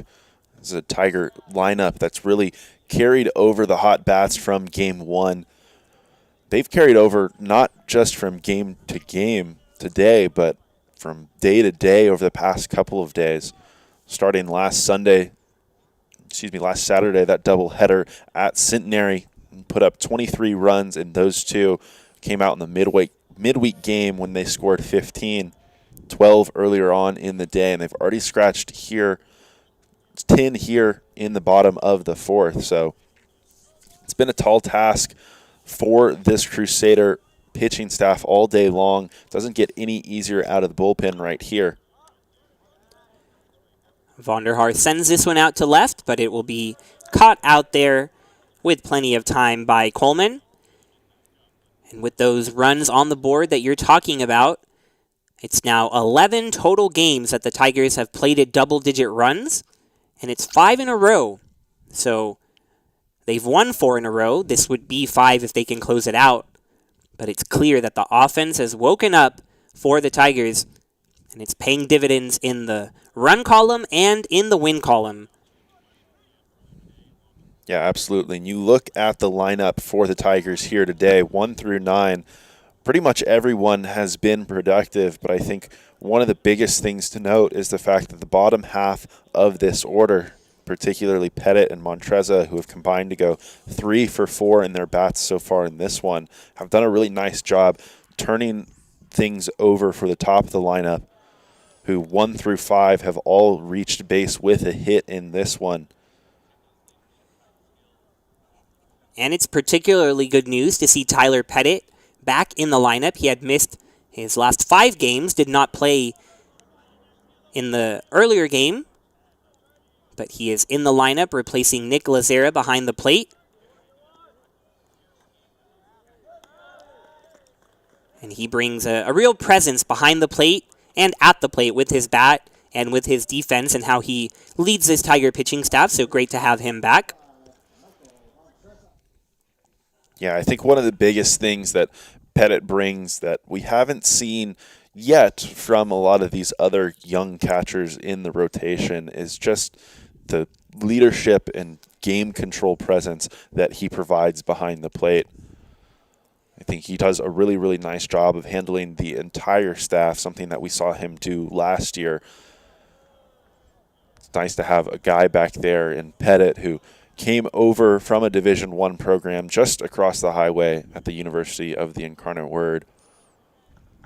Has handled a ton of different high-level pitchers. He's done the same here at Trinity, and he really provides a nice break for the coaching staff, and particularly Dave Smith. Not forced out of the dugout as frequently as I'm sure he would be with some younger catchers more frequently behind the plate. For Pettit, does a nice job really commanding his pitching staff, reminding them of what they need to be told when they're on the mound, when they're struggling. Absolutely. There's so much more to being a catcher, as I'm sure you know as a former catcher yourself. And at the plate, so perfectly can see number 5, Michael Montreza. And if there's anything you took from that conversation, there's so much to remember from what Jeremy Wolf said, but please never forget that Jeremy Wolf was number 5. We need to keep that living forever. Oh, absolutely. I think that's one of many things that will be taken forward regarding Jeremy Wolf. I think one of my favorite is the fan vote player of the year. Maybe the parent vote player of the year based on his repeated mention of those watching at home, really doing justice to give them props.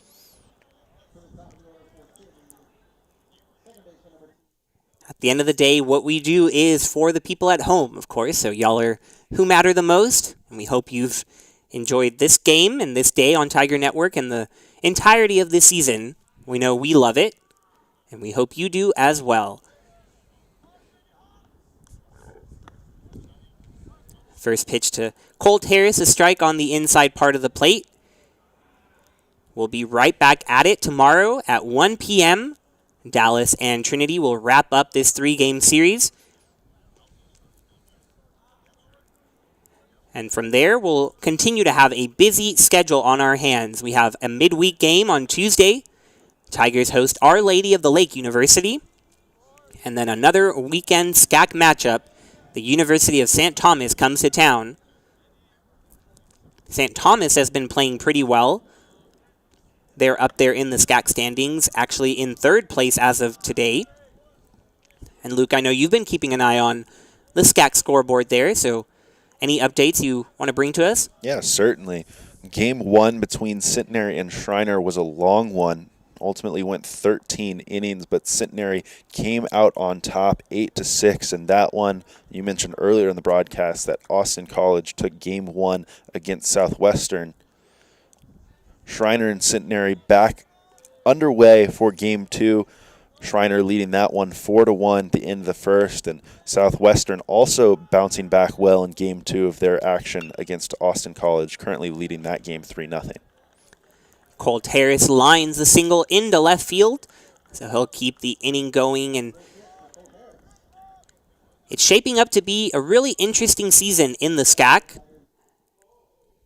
Getting to talk to the coaches of the conference so far, J.C. Bunch of Southwestern and now Eric Grafton of Dallas, and they admit, and it's pretty clear to the teams in the conference of who have traditionally been the top 4. TLU and Trinity, who were picked to finish atop the conference this year, followed by Centenary and Southwestern. That's just how it's shaped up over the past few years, and those are the traditional powerhouses of the conference. But with Southwestern starting 1-7, there is a real opening there for the 4th spot, and it really opens things up for a Dallas, for a Schreiner, St. Thomas, to really make some noise, and I think that we might see some surprises when we get to the end of April and early May. Yeah, I'd certainly have to agree with you. Do have to mention again, we talked about it in the first action of the doubleheader today. Southwestern, a little bit of a tough draw to start their year, having to come into San Antonio to face Trinity, being swept in that series, and then welcoming in Texas Lutheran in weekend 2, dropping all 3 of those games. So starting 0-6 wasn't exactly reflective of the type of team that Southwestern is, but you have to imagine that it certainly takes a toll about to your confidence early on in your conference schedule. I think that you see the result of that today when they lost Game 1 of their doubleheader against Austin College, but certainly going to have to continue to watch how those teams pick to finish in the middle and bottom of the pack in the SCAC, steal games from some of the big dogs that you talked about. Brolick lifts this one, and it'll drop in front of the right fielder. 2 runs are going to come across to score, and the Tigers matching their output so far from Game 1 as they lead 12-0 here. I think it's certainly fair to characterize Southwestern's start as a tough one, having to go through Trinity and TLU, but it's also very difficult to sweep any opponent. So for Trinity and TLU to get that done is not only very confidence-inducing for themselves, but it has to be backbreaking for Southwestern.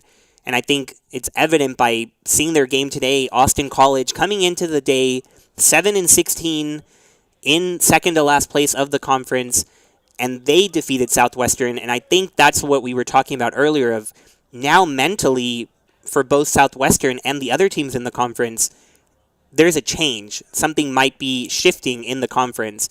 And it'll be up to teams like Dallas to try to claim that spot. They haven't had a great day today, but they came into today with 3 conference victories. They pulled off a couple of wins before coming to San Antonio. They defeated Schreiner. They lost 2 to Schreiner, but they did have that win. So they're going to have to start piecing these wins together, and you never know what can happen by the end of the year. No, I certainly agree with you there, Brian. Taking every day as a new day certainly will be important for all of these teams as Gore sends that one just out of the reach of the left fielder. That is Coleman out there for Dallas. That one will ultimately get all the way to the wall. See the replay right here. Incredibly hard hit ball off the bat of Gore. The second one that he sent to left field just didn't get enough lift on that one. Still does a job right there as runner advances from first all the way over to third. A little bit surprised by the fact that he wasn't able to come around and score, considering that that one got to the wall. But I think more than anything, Brian, a testament to how hard that ball was hit. MJ Metz swings at the first pitch, lifts it to center field. No trouble for Grady Birmingham, so those two runners are stranded at second and third. But the Tigers add a couple more here in the bottom of the fourth. They lead by a dozen runs here in San Antonio. We'll take a quick break and be right back on Tiger Network.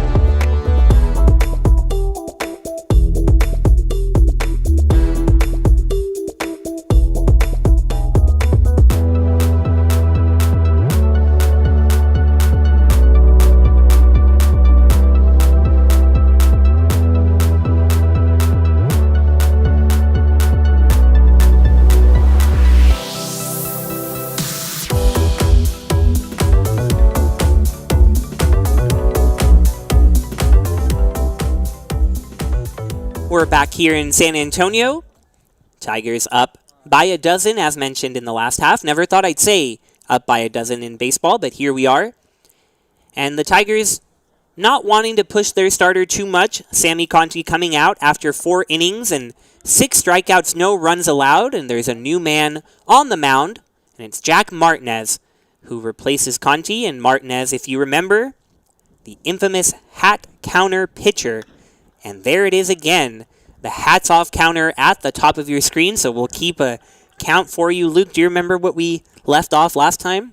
What the final tally ended up being? I think, if I'm not mistaken, we set our over-under at 15, 16, 17. It was somewhere in that range for sure. I think I might have been one off of it, but he came out of the game a little earlier than we assumed, and I think that's what ultimately hurt me in the end. Well, you're incredibly modest because you were closer than I was. I guessed 13, you guessed 17, and then ended up being 16. So pretty close there.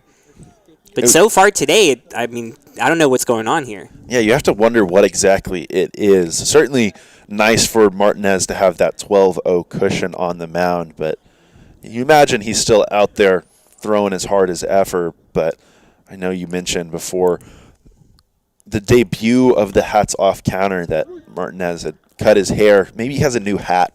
Maybe he's ruining the fun for us. I think that we talked a little bit earlier. In fact, we need some new counters up on the broadcast. So we'll certainly be brainstorming. Don't worry, for those of you at home, expect for new, exciting counters to be up on the broadcast moving forward. And I think the most important thing for Martinez is that he continues to get these opportunities on the mound. So he got a couple of starts that we got to broadcast here on Tiger Network, and they went well here at home. He had a difficult outing his last time out in Centenary, so he went an inning and a third, gave up 6 runs, 4 of which were earned. So now, coming out of the bullpen in this one, as we've seen with the lineup, with the rotation, nothing is really set in stone. So just because you've started once doesn't mean you're not going to come out of the bullpen on another day. And so Martin is just taking advantage of the opportunities, and here going with a 1-2-3 inning to retire the Crusaders. So we'll take a quick break on Tiger Network and be right back for more baseball.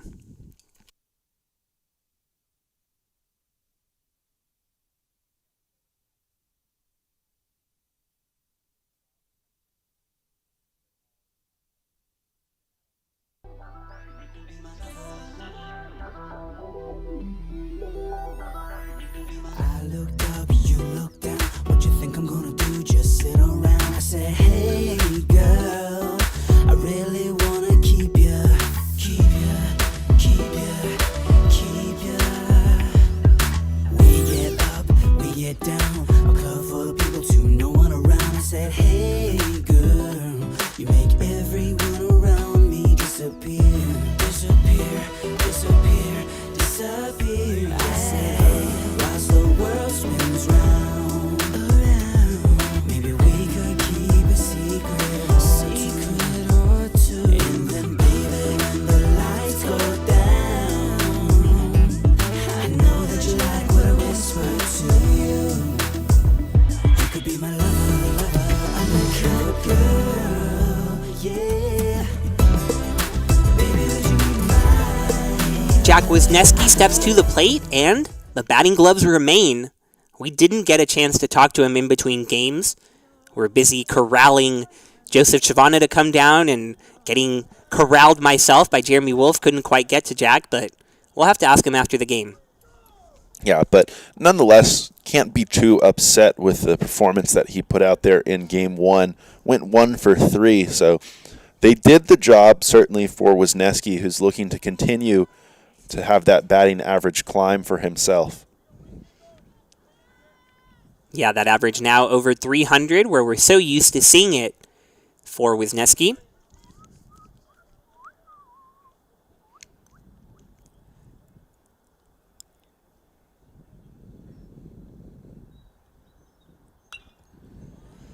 Gets underneath this one, sends it the other way foul. Crusaders give it a chase, but will be out of play, and the at-bat will continue. Yeah, but it looks like he's continuing to bring that same approach into the batter's box relatively consistently. Saw him go the opposite way, a couple line drives to the left side of the infield. Unfortunately, one of them hit right at the shortstop as he was vacating on a hit and run for the Tigers, but the second one found its way through, and I think that's something that, as we talked about in that one, we're incredibly used to seeing from Wisniewski. Something that certainly should prove helpful for the Tigers moving forward into the thick of conference play.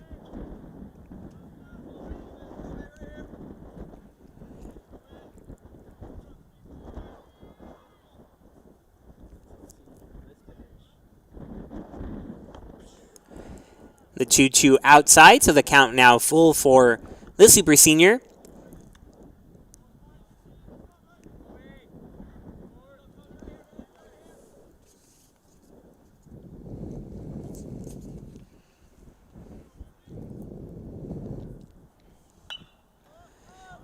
This one again high in the air, but it'll be in play, and Birmingham will rush in from center field to retire Wisniewski. See from that last shot, those flags out there in center field starting to blow in just a bit after the ball carried really, really well in the first action of the doubleheader.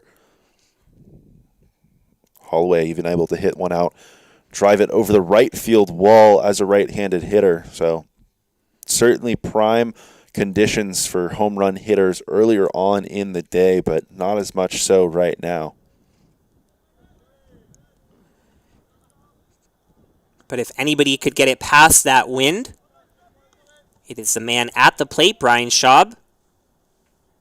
He's 0 for 1 in this game, too. Does have 2 walks, which he is so used to having. He leads the SCAC this year already in base on balls.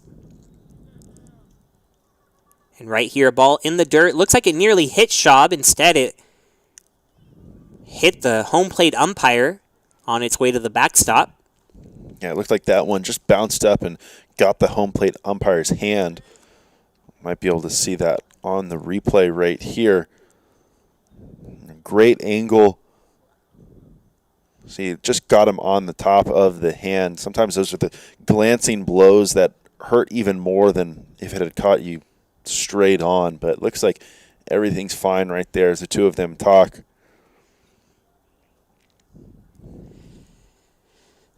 So Schaub giving the umpire a little bit of time. The catcher also going out, Maldonado talking to his pitcher just to give the umpire a moment to breathe.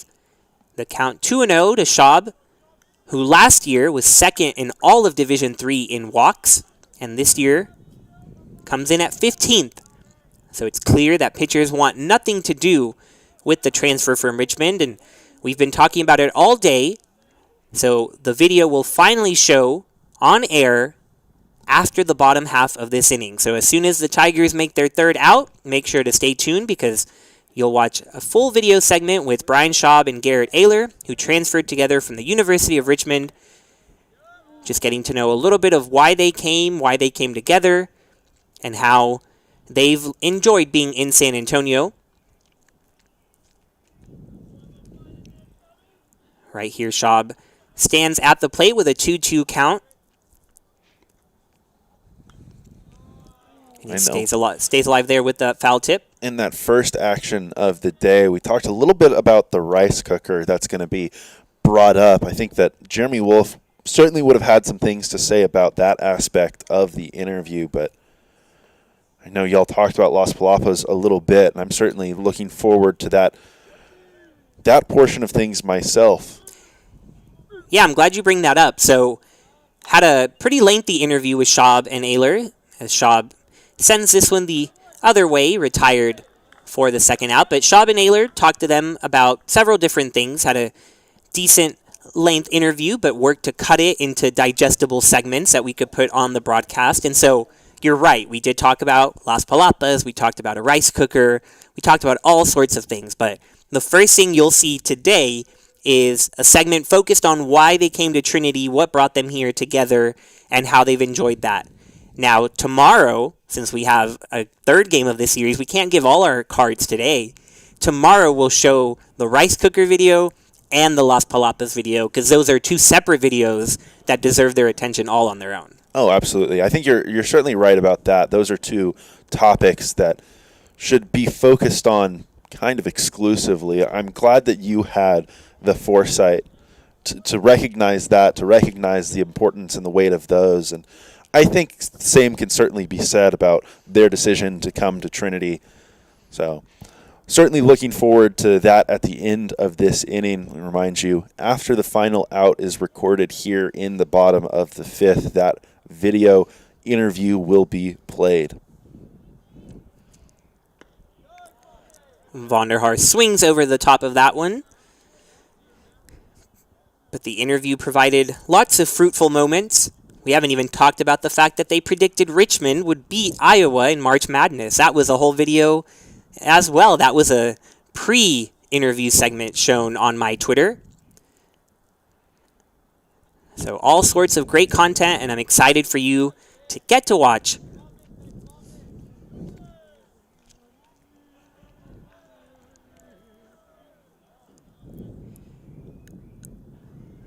Fuller trying to finish this clean inning that he's had. Nobody on, 2 outs, and the 2-2 to Vonderhaar. Misses outside for a ball.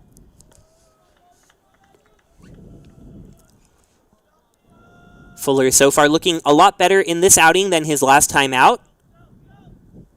He retired just 1 out and gave up 7 runs, 5 of which were earned the last time he was out there on the mound. Tries to get Vonderhaar looking on the inside part of the plate, but it'll be called a ball, so you'll have to wait a little bit longer for the video. Yeah, Brian. And as Montreza waltzes into the view right there, first thing I thought of when I saw that number 5 was Jeremy Wolf and his presence on the broadcast. And if that's the case now, I think that there's probably no shot that my mind and the connection that I have with that number changes the rest of the year. So I just need to make it known, Jeremy, if you're watching, you've really made this a long season for Brian and I in regards to the connection that we have with the number 5. There will be no one else on our mind when we see that 5 step to the plate, make the plays at shortstop where Montreza plays, and we'll be sure to tell Michael Montreza what an honor he has to wear that number. Oh, certainly. I'm sure that if Jeremy Wolf were sitting here, he would be saying how Montreza should be thanking him, how he should be reaching out and describing the honor it is to be wearing and donning that same extra small jersey that Jeremy Wolf filled out so eloquently himself in his days as a Tiger. And Montreza, just like Pettit at the plate, coming to Trinity via transfer, but a little unique transfer because Montreza was at Trinity to start with, then went to a junior college in California before returning to San Antonio. So choosing to be back at Trinity and wear that number 5. Yeah, certainly an interesting journey and just one of many. You know, of course, Brian Schaub and Garrett Ayler have their own journey that will be talked about at the end of this inning, but so many Tigers, including Pettit at the plate, have had unique experiences and journey to the campus here in San Antonio. Certainly, and you'll get a look at one of those unique journeys as we wait for the video for Schaub and Ayler coming up now. I got a text from the pitching coach there, R.J. Thomas, who has since left Richmond, but he was like, hey, they got this kid, Garrett. I know both you guys pretty well. I think you'd get along. And I was like, yeah, sure. Brian Schaub and Garrett Ayler decided to room together before ever meeting, and they both did well in their first year at the University of Richmond. Schaub hit 6 home runs, and Ayler went 3 for 2 on the mound as a Spider. So why did the roommates decide to transfer together from their Division I school to Trinity, a Division III school? COVID kind of created an interesting roster outlook pretty much everywhere around the country, and it was one of those things. I wanted to keep playing baseball for my entire 4 years of college, and ultimately that was when I decided to look elsewhere, and ended up here. I'm a Texas boy, I grew up just up by 35 in Austin, and it was a great opportunity. I got 2 younger brothers, I got a younger sister. It was be closer to my family, see my grandparents more. It was really a great opportunity for me to come home to a good school and continue playing baseball. For Ayler, the Austin Westlake graduate, Trinity made immediate sense. But how did Schaub decide to come all the way from Pennsylvania? I remember hearing about Trinity from Garrett. I was actually working out one day, and he gave me a call, and he was like, hey, man, I'm thinking about going to this place. It's a great school. Why don't you look into it? I was like, yeah, but I remember telling him, if he was no longer interested, I was going to be out of the picture as well. Obviously, coming all the way down here to Texas from Philadelphia, it's definitely a long journey. But once I finally, made the decision to come down, having Garrett in this decision made it super easy.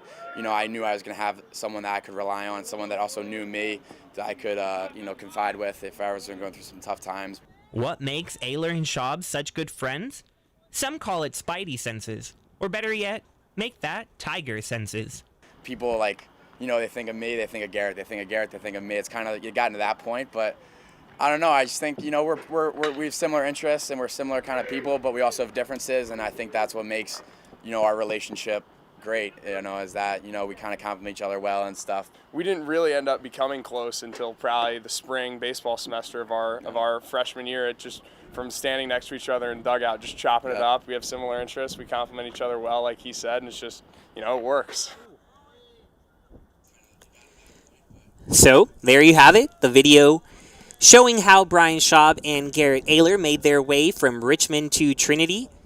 Certainly a unique perspective, and I think a lot of people can relate to the fact that COVID played a big impact on their past, present, and future, and it ended up bringing them to San Antonio, and I know all Tiger fans are happy that they did end up here. Yeah, absolutely. Such an incredible story, Brian. I'm so happy that you shed light on so many of the deserving athletes in this program for the things that they have done off the field, whether that be in the classroom, as you had the opportunity to talk with Joseph previously in this game, what they do after their careers are over, as you did with Jeremy Wolf earlier, whether it's decisions to transfer, whether it's organizations that they're involved with outside of Trinity even. I think it's really awesome the way that you provide all those at home and interacting with this community in some capacity, just a different perspective on these individuals. Thank you, Luke. It's really an absolute pleasure to get to know these players, these coaches, everybody involved here at Trinity. There's so many stories to be told, and you never know what you'll find out if you just ask a couple of questions. And so when I learned that Schaub and Ayler came to Trinity from Richmond, a Division I school, it just really stood out to me. What brings you from a D1 school to a D3 school, two different parts of the country, Texas and Pennsylvania, and just led me to that story, and I was really interested in finding that out, and very glad I got to make it happen. And so thank you to Brian and Garrett for their time and for sharing their stories. I think everybody should enjoy that, and I know I did in the process of making it. Yeah, I think one of the biggest points that you made, the fact that Tiger fans are certainly happy that those two are donning uniforms here and are members of this campus, but I think we're all better off because of it as well.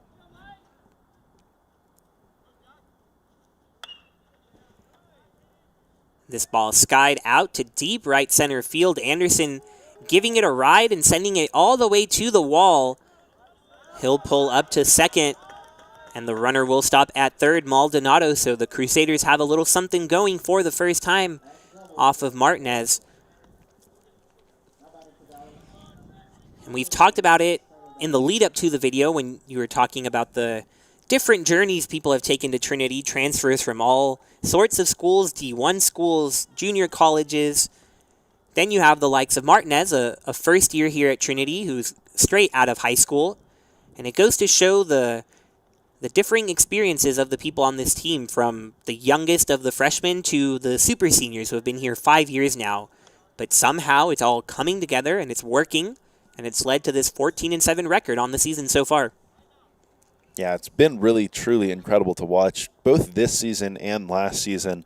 So many individuals on this roster, no matter their age, have had the opportunity to contribute to the success in the past 2 years, as that one drops in the outfield ahead of the center fielder and left fielder. That's Gore and Schaub out there, who ultimately gets that one back in quickly, but not before a couple of runs will come across for the Crusaders right there. So that's run number 1 on the day for the Crusaders. They get on the board for the first time.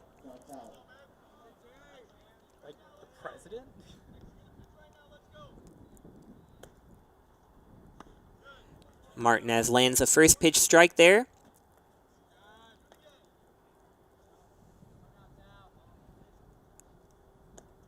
The first year got to make his first career start here at home against DeSales in a midweek non-conference matchup. In that one, he went 6 innings, gave up 4 walks, and struck out 4 on the way to giving up 2 earned runs, so a great debut as a starter. And since then, he's gotten a couple more opportunities to be a starter, and now coming out of the bullpen against Dallas, replacing Sammy Conti.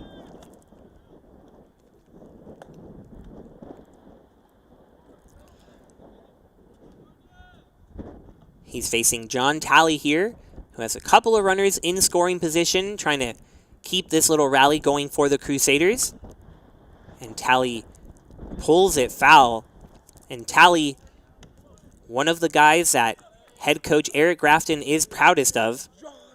He's had a fantastic year, coming in 3rd in the SCAC in both RBI and home runs.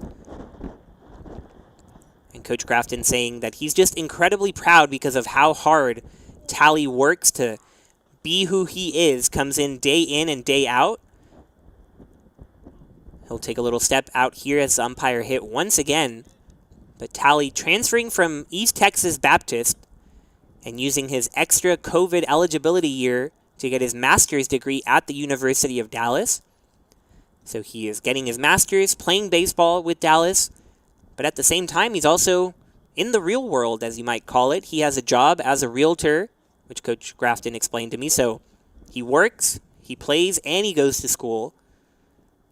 He doesn't even live in Irving, where the university is. He commutes from the Dallas-Fort Worth area. So Coach Grafton saying anywhere from an hour to an hour and a half with the traffic in the Metroplex, but Tally puts that effort in and continues to work hard, and it's certainly resulted in 5 home runs and in the top 5 of the conference in those 2 categories. So the Crusaders happy to have him. And right here he skies out to shortstop for the first out. But certainly incredible to hear all of the things that Tally is accomplishing currently. Certainly difficult, as we heard from Shavana, to balance the likes of school and baseball at once, especially in season when you're traveling and having so many assignments that you need to get done. But to add on top of that plate for Tally, incredibly impressive. But certainly awesome to hear in regards to the fact that he transferred into the University of Dallas from East Texas Baptist. Always incredible to hear the opportunities that have been provided and the good that has come out of COVID-19 and the pandemic that we've suffered through over the last couple of years. Certainly some bright spots out there for some individuals, and those are certainly the things that we like to highlight here and celebrate on the Tiger Network. Former player Rafe Chamet today, transfer himself, but making the journey up to the Northeast, where he's now playing at Boston College. Homered earlier on, his first of the season in the leadoff role for the Eagles. So great to see the continued success. Those that were once donning a Tiger uniform, incredibly proud of what he's been able to accomplish and the role that he's played on that team at Boston College. Definitely so happy to see every time checking that Boston College box score and seeing Rafe succeed the way he is. Also, in between doubleheaders, ran into Mason Meredith's dad, who came in from Houston to watch this game, this doubleheader, and he was explaining to me that the tradition continues and the family lives on, even though Mason graduated last year. The family still supports, and Mason still supports the team, still wants to know what's going on. And so just great to see all over the country, no matter where they are, the Trinity family always supporting each other.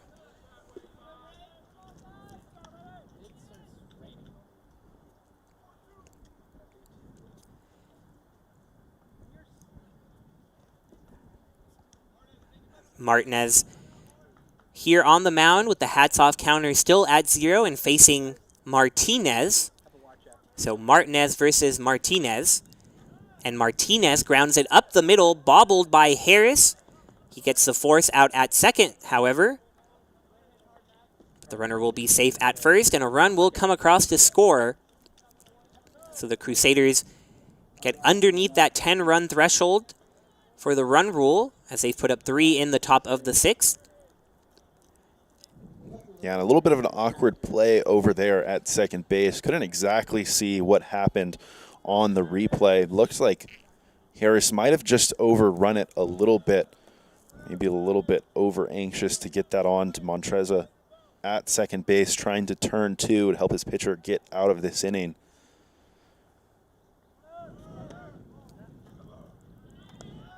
Runner tries to take second, but he is nailed by the throw from Pettit.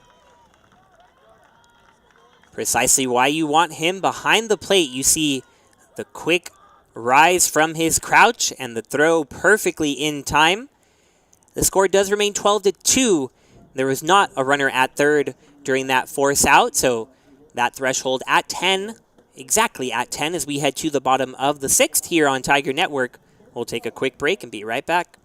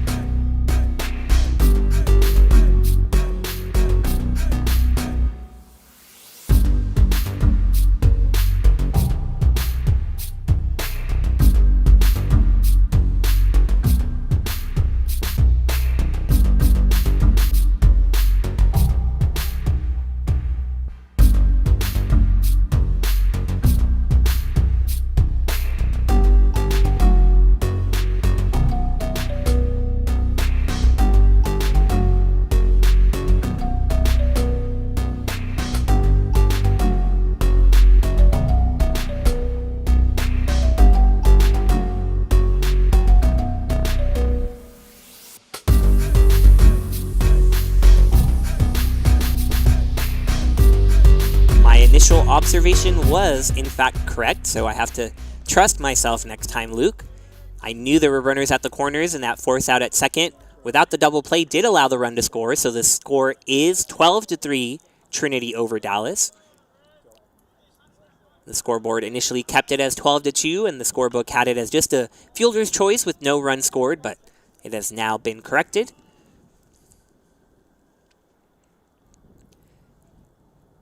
And leading off the bottom of the sixth is the iconic number 5, who is living up to that number, going 2 for 2 today, Michael Montreza.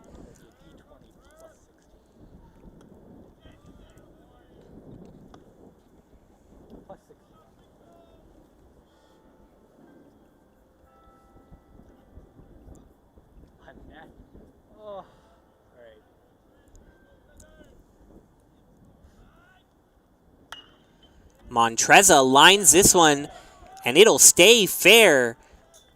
He'll coast into second base with a double, and Montreza 3 for 3 on the evening. So he comes into game 2, did not play in game 1, and he is making his presence felt with a perfect day so far from short.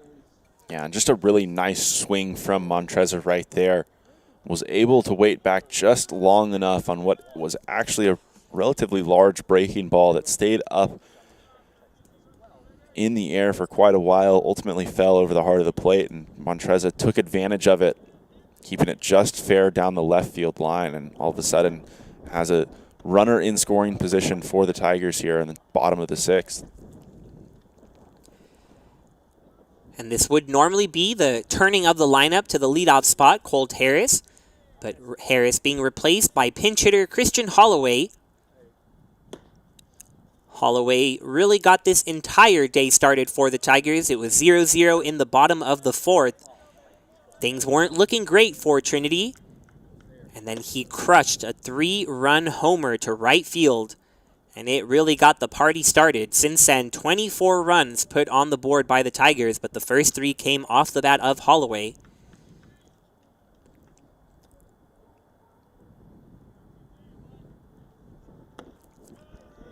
Holloway looks at one low and away for a ball. Tiger baseball having a great day against the University of Dallas. Tiger softball having a great day against the University of Dallas. Softball team sweeping their doubleheader at Dallas, winning 5-1 and 5-4. So a successful day so far for Trinity Athletics. Love to see it. Yeah, and that softball win, that second that you mentioned, 5-4, even more impressive considering the fact that the Tigers trailed 4-0 in that one. So they came back from all the way down, scoring 5 unanswered runs to win that one in extra innings. And what the season they have had, Brian. Starting it off 0-12, but they've had quite the response, going 13-4 across their last 17 games. So really seems like they've turned things around well. Definitely. It's been a turnaround to be amazed by. And their season will continue next week, and they'll have a home series against Austin College. That's taking place on Friday and Saturday. That'll be at the same time that the baseball team will host St. Thomas, so lots of great action on campus for those who want to come out and support. The softball team currently in third place of the SCAC, behind only Texas Lutheran, the softball powerhouse, and St. Thomas, who will also pay visit to the softball team here. So looking ahead to 2 weeks from now, that'll be a big series over there on the softball field. Yeah, and similar to what we've talked about in this one, and on the front of the baseball side of the SCAC, these teams that are vying for those third and fourth positions right behind some of the top conference powerhouses and the likes of Trinity and Texas Lutheran on the baseball side. Those teams behind Texas Lutheran and St. Thomas in the softball world and the softball side are really going to have to steal some games from those opponents in the middle of the pack. It's certainly something that this Dallas side is going to try and do tomorrow here in San Antonio when they conclude this 3-game series.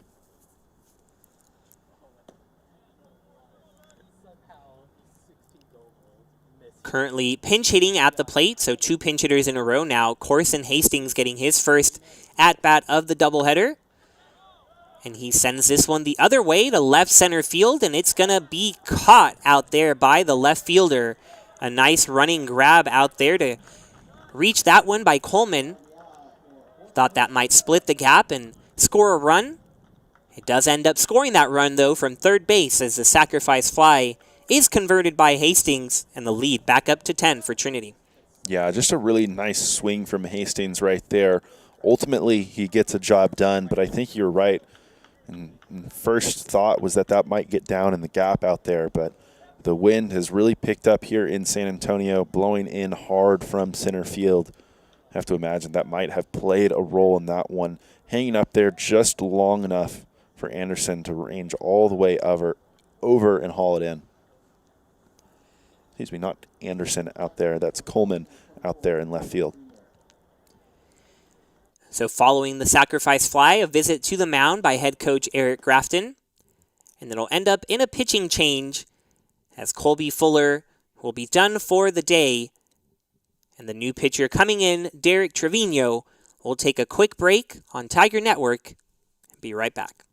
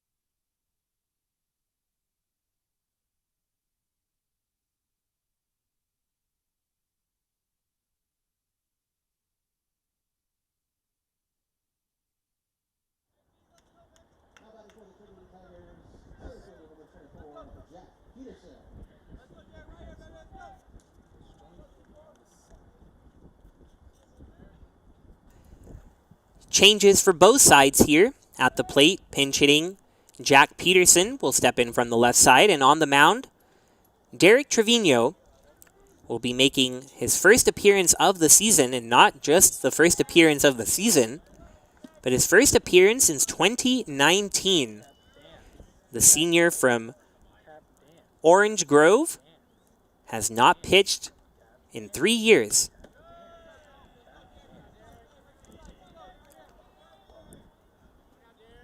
Certainly a tough lineup to be making your return against. Peterson steps into the box in that pinch hitter role.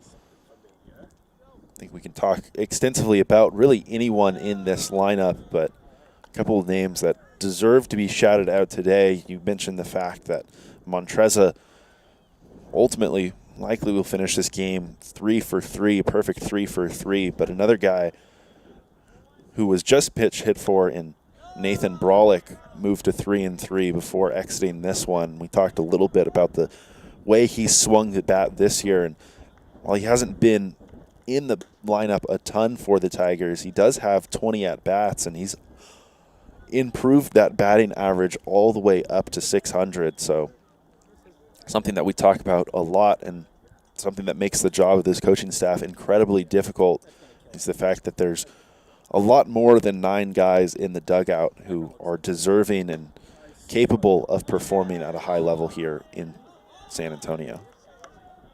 Yeah, and what's interesting is Brolick hasn't gotten the chance to play every single day. He didn't play in that Centenary series, or at least didn't get an at-bat. Or just one at-bat, sorry, 0 for 1 in that series. But before and after that, he rattled off 6 consecutive hits. And so with that just 0 for 1 in the middle at Centenary, with the 3 for 3 today, Brolick is 9 for his last 10. So the opportunities are sporadic, but he's taken advantage of them. Yeah, I think that's what you need to do.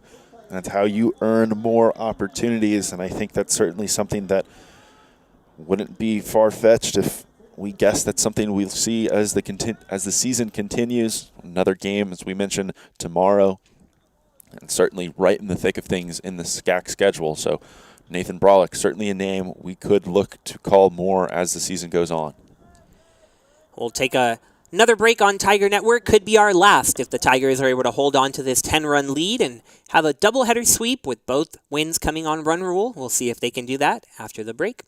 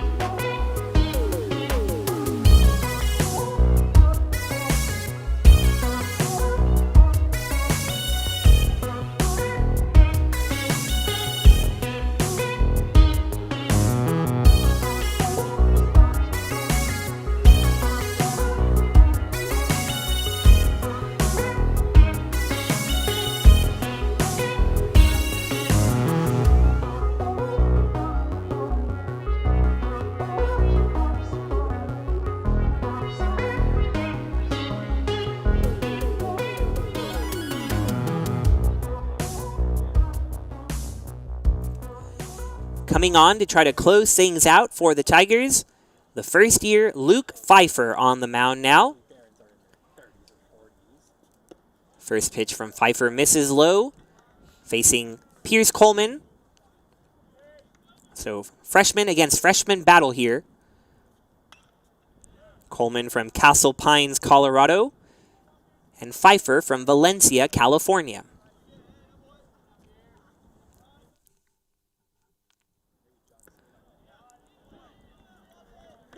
Pfeiffer gets ahead 1-2. You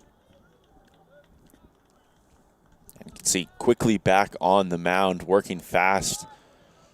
That fourth delivery to Coleman right there, fouled off again for the second time in this at-bat down the left field line.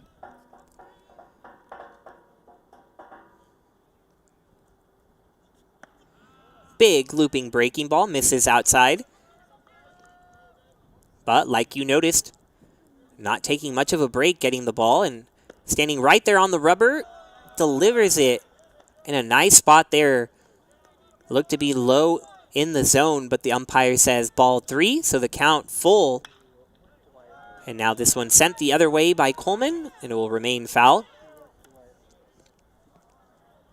Yeah, and obviously haven't seen a whole lot out of Pfeiffer on the year, making just his third appearance. So difficult to ask him to come out and do too much and hit so many spots, but like for him right here to try and go in on the hands of Coleman, who's been late a couple of times on fastballs away in the zone.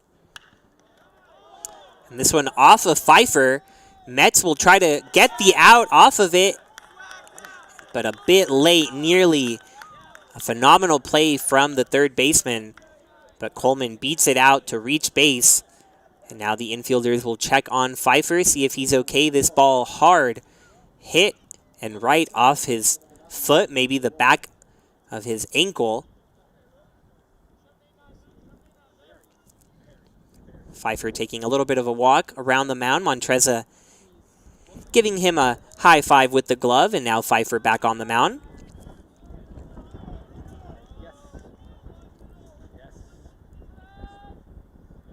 He'll get a warm-up pitch here just to see how he feels. And now Womack stands back in. Pfeiffer, like Luke said, just making his third appearance, hasn't pitched since March 5th against Wisconsin Whitewater in that game at Wolf Stadium. Here, Womack hits it hard, but right at the left fielder for the out. That's Evan McDonald now in defensively. So Pfeiffer almost going an entire month without appearing in a game, but getting the chance here to close things out. That outing at Wolf Stadium, just a couple of outs retired, gave up a run, struck out one and walked one.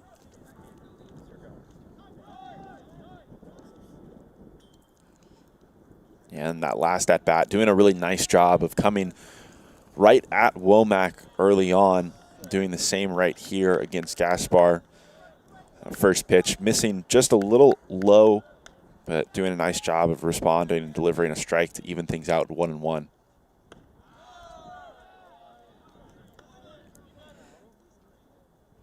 Pfeiffer is someone who, like his fellow first year, Jack Martinez, who was on the mound before him, plays with lots of energy. Known to show a lot of emotion out there. And cool for fans at home to get to see a little bit of the future of Trinity baseball with Pfeiffer and Martinez on the mound. Of course, Shavana just a sophomore, and he's pitching incredibly well.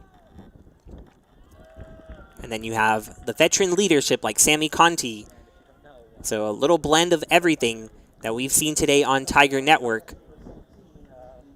And if Pfeiffer can wrap things up, we're just one out away from calling it a day in San Antonio.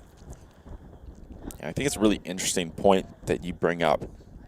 The fact that there's pitchers specifically in this starting role kind of across the spectrum from freshmen and first years all the way to super seniors. And I think that's something that we didn't see very frequently last year.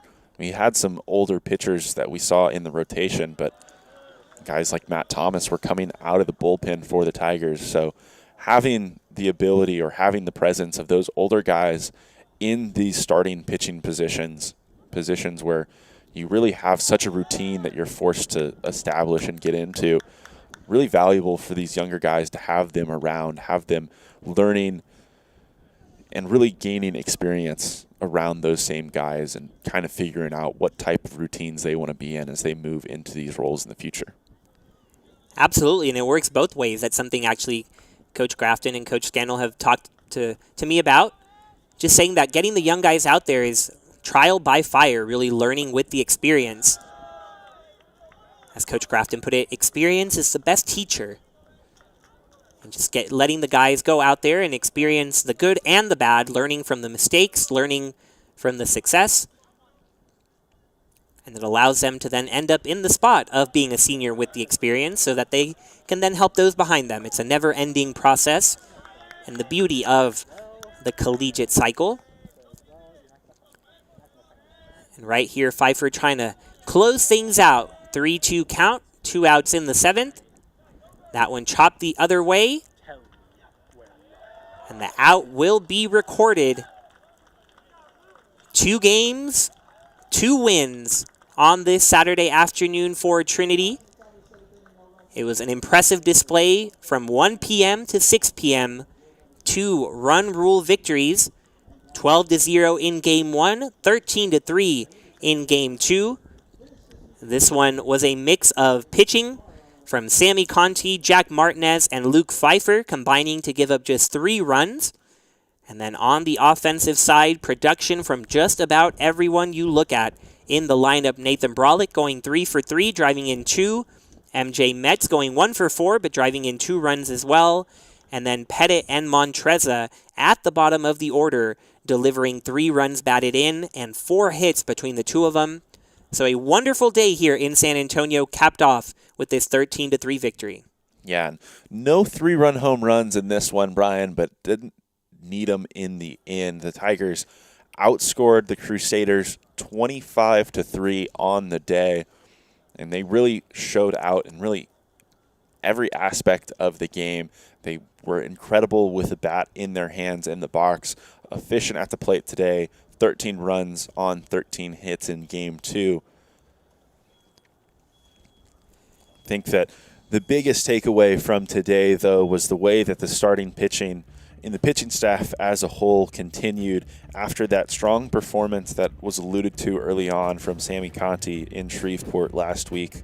Since that game, this Tiger staff has been really, really impressive across the board. Got a couple of really great starts from Shavana and Conti today, who really only came out because of the elevated lead that they had early on in this one, but holistically a really sound performance, and one that I'm sure that these Tigers will look to replicate tomorrow and moving forward in the SCAC season. Should be a happy huddle that you get a look at there. Head coach Tim Scannell talking to his team after a doubleheader sweep, and they'll look to complete the series sweep tomorrow afternoon. These two teams back at it at 1 p.m. for Game 3 of the series. We'll be here for it all. Thank you so much to everyone in the control room and working the cameras for helping us bring this fantastic broadcast to you.